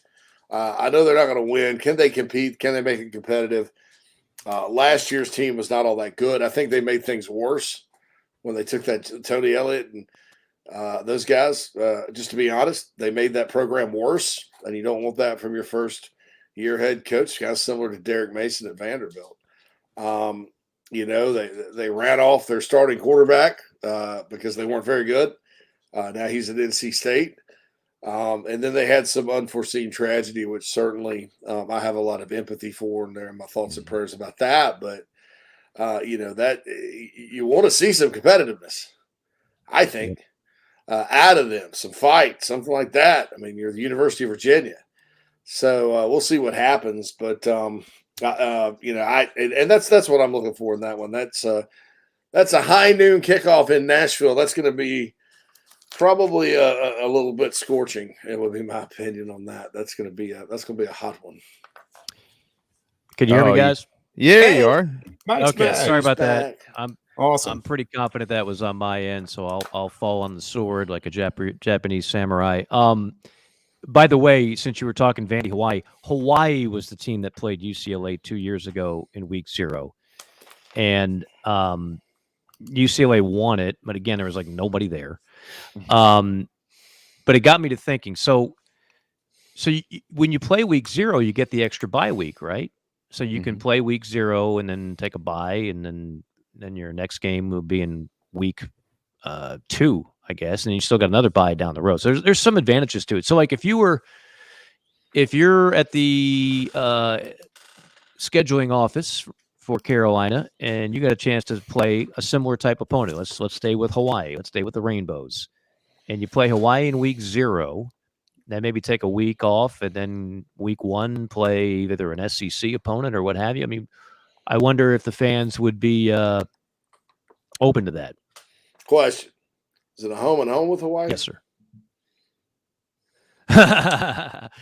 You can make it a home and home. That's what Vanderbilt did. This is a get back game. This is a return game. Carolina played Hawaii once in 1981, the year Clemson won the national championship. Sort of weird that it was after Clemson early December game. They lost pretty bad, 33-13. But they have played out there. They did play that there in 81. I don't SEC teams playing at Hawaii and hosting Hawaii. That's interesting, but I don't know. It would be fine with me if that were to happen. Or for that matter, you could play a legit opponent like this battle. Now, the battle of the Carolinas, you're already getting what you want because it's the best game on the board that day, that time slot by far. You're going to have a massive audience for that game. But let's just say week 1 was a little more cluttered. What if you played North Carolina in week 0 and you own this weekend? Nobody else is talking about any other game. You own it. It's a possibility. We always talk about how we can't wait for college football to get here. We're chomping at the bit. Well, play in week 0. That's my contention. Give us a little something to nibble on besides garbage. We're like raccoons out here. Trash pans. That's it. It's a raccoon meal.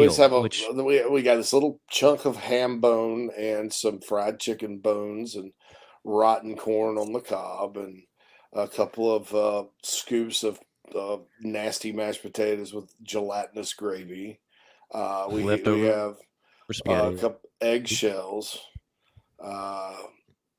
Anyway, have y'all paid attention to next year's game in Ireland? No. It's a good one, isn't it? It's Florida State and Georgia Tech, but the game kicks off on August the 24th. Ooh, that's early. I guess week 1's the 31st next year. The 31st. Yeah. So literally 365 days from today, Florida State and Georgia Tech will be playing in. If Georgia Tech ever gets relevant, still. Why would two programs with that type of history play over there? Why? Yeah. I mean, you don't need it. Neither of them need the publicity. I asked y'all this question on Tuesday. Why? What is this doing? It's a cool experience. Notre Dame's fine to go over there. Boston College. Would you not want to? I mean, let's all. I mean, I know we'd all want to go there today. Who would not want to go to a pub over there and drink a few pints. If I was not to watch my college football team, I wouldn't. I'd rather be. No, I was thinking of it as a player. So you wouldn't go to Ireland if the Gamecocks were playing over there, or you would prefer not to? I'd prefer to go to Ireland when I want to go to Ireland for vacation, but not necessarily to go there and watch Carolina play football. What if you combine the two? I mean, that's what most of these fans are doing. I mean, that's true. They're not flying in Friday and leaving Saturday after the game. They're making a vacation out of it. Right. Yeah. I just like a bowl trip. I'm. Is this taking away a home game? Do we know? Probably not for Notre Dame, but would it be for Georgia Tech or Florida State? Yeah, for those two, yeah. See, Georgia Tech started farming some of their home games out to Mercedes-Benz, though, so I don't know what that would take the place of. But for Notre Dame, I think they almost always play. They don't always play Navy on a neutral field, but a lot of times they do. So I think last year's Navy Notre Dame game was in Philadelphia or something. So, yeah, it's called the Notre Dame's neutral site games. It's called the Shamrock Series. That's what they call it. Shamrock Series. But if it's a non-conference from game, the player perspective, it's like bookending your season with bowl games. That's right. Mm-hmm. I mean, this is what we do in basketball all the time. I realize it's a different sport, different setup, but all these schools play in Maui, they play in Orlando, they play in the Bahamas in tournaments, because it's fun for the kids, it's fun for the fans. Again, if you can afford to go, I realize not everybody can just drop down $1,100 on a ticket, another however much money on hotels. But we're getting to the point where it's so expensive to travel and go to college football games anyway. It's like the haves can and the have-nots watch it on TV. Right. But if you have the means or if you save up for it, I mean, that's a hell of a trip. I would do it. I mean, I've never been. I've been to Europe multiple times. I've never been to Ireland or something quite like that. So, I mean, for me, yeah, I would do it in a heartbeat. Yeah, I would be interested what do we think to hear about that. Well, I was going to say, what do you think about now? Let's expand it because, like the NFL was doing this, and then now they're playing in Mexico City. They got a game in Germany this year. They're playing 3 games in England, correct? Or two or three this year. So would you want to see college football branch out? I think it's going the opposite direction, actually, Phil. I mean, I don't like it like that. I wouldn't want to see, multiple international games to open the season. I like. I don't think we're getting there. I don't. We're not playing. I think it's going the opposite. It's going the opposite direction because, even Alabama's played more of those season opening neutral site games than anybody. Their fans are like, all right, enough of this. Around the time they opened up our own ballpark. They opened with Duke in Atlanta. They're like, why the hell do we have to go to Atlanta to play Duke? Yeah, the kickoff classics are dying on the vine. Yeah, the people that run those here in Atlanta, they know that it's dying. The one in Atlanta will last a little longer than those, but I know with Charlotte, I don't think they have. They may have a Tennessee, West Virginia coming up, but it's mostly Group of 5 schools in the Duke's Mayo kickoff. After this year in Orlando, and I don't even know if this was the quote unquote Orlando neutral site kickoff or not. I mean, there's one in Vegas next year. I think LSU plays Southern Cal, but I think they're going to start becoming less. Whereas a few years back, man, we had them all over the place. They were all over these neutral site games. I think they're going to scale back a bit with those because they should. The home and homes are what the fans love. And when every year you're taking away a home game experience to play in an NFL stadium, it loses its luster out of a while. Well, but also on top of that, the fact that you're going to a model where you're going to have super conferences with tons of teams, and this is my way of thinking about it, but I would imagine I'm not alone on this island. I enjoy going to experience the traditions of other ballparks and towns. I mean, Mike, you've been everywhere. You've seen it all as a broadcaster, but as a fan, you being able to go in on Friday, stay till Sunday, whatever it is, watch the game, and you're going to have even more of those opportunities as these leagues get bigger. And you start sending these teams to keep sending them to Orlando, Charlotte, Atlanta, wherever it is. It just wears thin. That's right. I mean, I think that has become stale. The flip side of that would be like how many Gamecock fans want to go to Lexington, Kentucky for a 7th time, or how many of them get tired of going to Athens or get tired of going to. Oh, absolutely. That's why they switched the schedule up to where no doubt. Like the SEC right now, there's no personality to it. You have the exact same road games every other year. Every other year right now, with the same road games, except for Now that's changing, of course. That's what I'm saying. Yeah, but like what's been, it's all going to be different when you move forward, especially if they go to a 9-game conference schedule and you have what would that be, JC? The 3-6 model, right? So you'd have 3 perms and then 6 rotating. Yeah, they rotate 6 1 year, 6 on, 6 off, 6 on, 6 off. Wasn't that karate? Wax on. Wax on. Wax on. Yeah, and so everyone's going to complain about who the 3 are now, like Saban was doing. I kind of like the 1-7. I think that's wild. Like you play 7 one year and then a whole different 7 the next. That's true.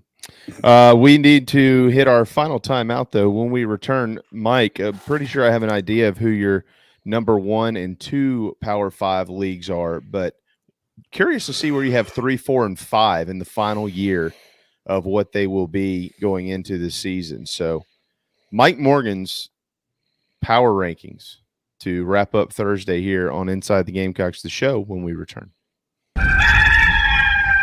Hey everybody, this is Mo Copper from Carolina Football. The show is painted garden and black every day by a couple of painters. Go to letmepaintsomething.com to check them out. Go Cox. 10% off for military repeat customers or mention the show. Interior, exterior painting, fencing, cabinet staining, concrete painting, popcorn ceiling removal, and more. 803-522-6832. LetMePaintSomething.com. If you're in the upstate of South Carolina and are in need of residential real estate services, Cindy Bass Searfoss of Caldwell Banker Kane is for you. Ask her about the village at Creekside, all of her listings in my hometown of Spartanburg, South Carolina, right there on Daniel Morgan Avenue, married to a lifelong Gamecock fan. And many of our listeners have already bought homes from her and been 100% satisfied with the detail and care she uses. Cindy Searfoss, 864-414-5271, Caldwell Banker Kane in the upstate for your real estate needs. Building your dream home is often just that, a dream, and sometimes a nightmare. But at the Barn Dough Company, they commit to quality and build without sacrifice. Customization, open floor plans, limitless flooring options, maintenance-free and easy installation perks, and affordability are just a few reasons why they've been named one of the best builders in the U.S. Believe in your dreams. Visit thebarndominiumco.com. That's thebarndominiumco.com. The Barn Dough Company. Gamecock owned, Gamecock operated. The preferred sign partner of Gamecock Athletics is Signorama Columbia, and they should be yours too. A full-service sign company that handles design, production, install, and service, Signorama Columbia has helped to bring to life the perfect vision for so many all across South Carolina. Owned and operated by proud Gamecock alumni, they can handle all types of signage, including interior and exterior, vehicle graphics, and more. Go to Signorama.com and find the West Columbia location, or call them at 803-407-9284. Bring your brand to life with Signorama Columbia, and go Gamecocks.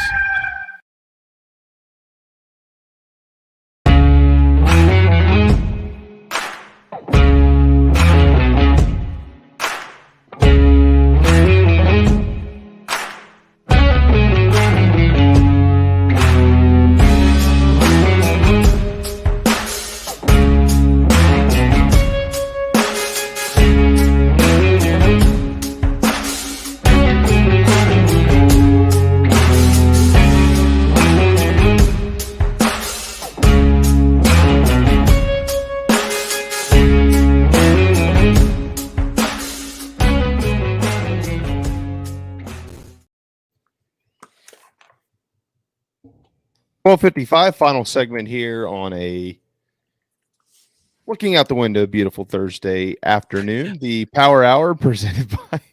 I'll give you a clue. It's hot. Yeah, Palmetto Medicare. Yes. Well, it's not as warm today. I will say this. Last night, My wife and I and our children and dogs sat outside for an hour and a half, and I could not believe it. From 7 o'clock, or from about 6:30 till 8 o'clock, almost. It was crisp. It felt good. It hadn't felt like that in 3 months or more around here. We're getting some relief next week too. The Yeah, South. the heat index is 110 here today, guys. Matter of fact, well, good. Someone else in the. I just walked outside. It's like a hairdryer. A humid good. hairdryer. You took it. It followed me up. The heat will follow you home. I will say this real quick here. Let me squeeze this in, Mike. And next, as of now, and it changes, we know that. But as of now, the weather forecast Saturday, September the 2nd in Charlotte, a high of only 84 degrees. Oh, that's perfect. Ooh, yeah. A low, basically a 10% chance of rain. The low Friday night into Saturday morning of 58, and a low Saturday night into Sunday morning of 61. Yeah, so that would turn be the corner. Something. That would make me happy. There we go. I wonder if Brian Spencer is headed to Charlotte. Is he going? Do you know? I don't know if he's going to be there. I do know he's going to be at Seawell's with the one and only Hale McGranahan, right? On Friday, JC. Got a little event there. So if you want to torment, ridicule, but also solicit, you can say hello to Brian Spencer. You can see his picture on the upper left-hand corner of the screen. You can go to the website, palmetto-medicare.com. You can also give him a phone call at that number, 803-960-9484. Even it's just to handle any questions about enrollment and what is the best plan for you. He doesn't charge anything for the phone call, and it could very well wind up saving you or earning you more money, I should say. So it's a win-win in every way, shape, and form. He's been doing it since 2005, and overall, as much as we kid, a super guy. So if you do see him at Seawell's Friday, come by, say hello. Again, that's Brian Spencer, Palmetto Medicare, palmetto-medicare.com, 803-960-9484. Make sure that you are getting as much of your costs covered by Medicare. Discuss the best plan for you or a family member or anybody that you might know. It's a phone call that could be extremely important and beneficial. He is one of the best. There's no doubt about that. We are thankful for his for what he does with us and what he does for those 65 and older in the state of South Carolina, which, speaking of which, Buddy Pugh has announced he will retire at the end of the 2023 season. Oh, man. How old is Buddy? Got to be older than 65, so he'll probably be calling Brian here before long. Yeah. Buddy, call Brian Spencer immediately. That's one of the great guys out there. Super guy. I mean, I remember Buddy when he was the running backs coach at Carolina. I've had him on my show multiple times, and obviously has done some really good things at South Carolina State during his time there. Remember, he beat Dion in the postseason at Jackson State. Like a drum. Yeah, because I think Dion I watched that whole game. I watched that entire game. So, yeah. Yeah. Buddy, like 69, it looks like. Okay. 69. Yeah, so, yeah, like he's an institution over there. Yeah, he is. That's it. You wonder about the future of South Carolina State's football program there in Orangeburg. They need help, man. They need money. They need support. They need help. But that's they ain't gotten most a lot of the MEAC, honestly. Yeah, it's struggling. It's struggling. It's just tough. You don't have the TV money. They get some exposure. The MEAC SWAC will have like a game of the week, which is huge for them. But obviously they're not dealing with the same dollars, the programs that we usually are talking about. Not even close. Mike, by the way, I was just going to say Reese Havens 08. They needed that home run to get to Hoover. That's why the call was what it was. It was also the last game ever at Sarge Fry Field. It sure was. It was a day to remember. That's for sure. And a night to remember. Turned into an early morning. It was a wonderful time. Yeah, I bet it was. All right, Mike, before we get out of here, I'm sure you have the SEC at 1 and the Big Ten at 2, ranking your Power 5 conferences. Who do you have at 3, 4, and 5? Yeah, we touched on this on it. JC and Morgan, they had we read Barrett Sallee's rankings, and I'm going to agree with him on third, and it'll be a little bit of a surprise to some. I'm going with the pack, the current pack, before it gets completely dismantled. 23, You will not find better top-to-bottom quarterback play this year than what you're going to have in that conference, especially when Cam Rising is healthy, which he still is listed as questionable for the game against Florida in week 1. They've got the reigning Heisman Trophy winner, Caleb Williams. Michael Penix could be a first-round draft pick at Washington. I mean, they got quarterbacks all over the place. So I'll go with the pack third, and then I'll go with the ACC fourth and the Big 12 fifth. Because I do believe Clemson and Florida State could both have big years. I don't know if I see two teams in the Big 12 having big years. I see one emerging, and then I see a few that have good years, but maybe not memorable years. But you're splitting hairs with those two, honestly. Like you could sway either way. Top to bottom, you think the ACC is better than the Big 12? Well, I mean, again, I'm going with the two at the top are better than the two at the top of the ACC. So of the Big 12, yeah, I'm sorry, to the top of the ACC, yeah, right. So if you want to make the argument that like the bottom 5 of the Big 12 is better than the bottom 5 of the ACC, I'll grant you that. But I don't know if that really matters to a lot of people. I just think Florida State, Clemson. Who's the worst in the ACC? Boston College, Miami. Syracuse is going to be. Let me ask this differently. This is not fair. Who's the perceived worst team entering the 2023 season? Yeah, I don't know. Georgia Tech? Well, they're not far from it. What about Virginia Tech? How about Virginia? Virginia might be. Virginia. Yeah, that's a good point. Is well, if they are, then Tennessee is going to embarrass them in Nashville. They probably are going to embarrass them. I'm pretty confident that will happen. Having seen Virginia up close last year, that was a mess. That was an absolute mess. And then they had the horrific tragedy, of course. And then Tony Elliott is still trying to, get everything, his ducks in a row, because that was not what they signed up for last year. Well, he made them worse. They made them worse. Yeah, that's very rare. So. Well, and then Armstrong was so unhappy he left, and that was their best player. Mm-hmm. Yeah, I like Tony too. I just don't. We don't. Who knows if it's going to work out? JC and Morgan. I'm not going to coming up. I'm not going to judge on. Yeah, I'm sorry. Go ahead. Yes. No, I'm sorry. 3:30 actually. 3:30. 3:30. Oh, good. Yeah. 3:30 Eastern. Coming up 3:30. 3:30 Eastern time. 3:30 is good for me. CBS show of the week. And at the end, Jamie's mic went dead. Can you hear me? Oh, it's the music. We're all back now. It's not me, I promise. Right. So 3:30. Are we going to hear? Dun, dun, dun, dun, dun, dun, dun, dun. We should. That would be awesome. And then I'd love to know the story behind how that music came about. There was a piece on that. Isn't that John? There was a piece on that a while back. John's done a lot of stuff, but I don't think Tesh did that one. He did the old NBA one on NBC. Yeah. That's all right. Good point. Mike. Sorry, guys. As always, enjoyed it, guys. The best Power Hour with Mike Morgan, presented by Palmetto Medicare. Thanks to Mike, and thanks to Perry Orth for joining us at the top of the program. Inside the Gamecocks, the show built by the Barn Co. and always live from the Sinorama Studios. Michael Flint tomorrow, our final Friday without Gamecock football. How about that, boys and girls? Hey. Download the Chief Sports app, and we'll see you tomorrow at 11. JC and Morgan today in a special with Bill King at 3:30, also on the app. We'll see you later. See you guys.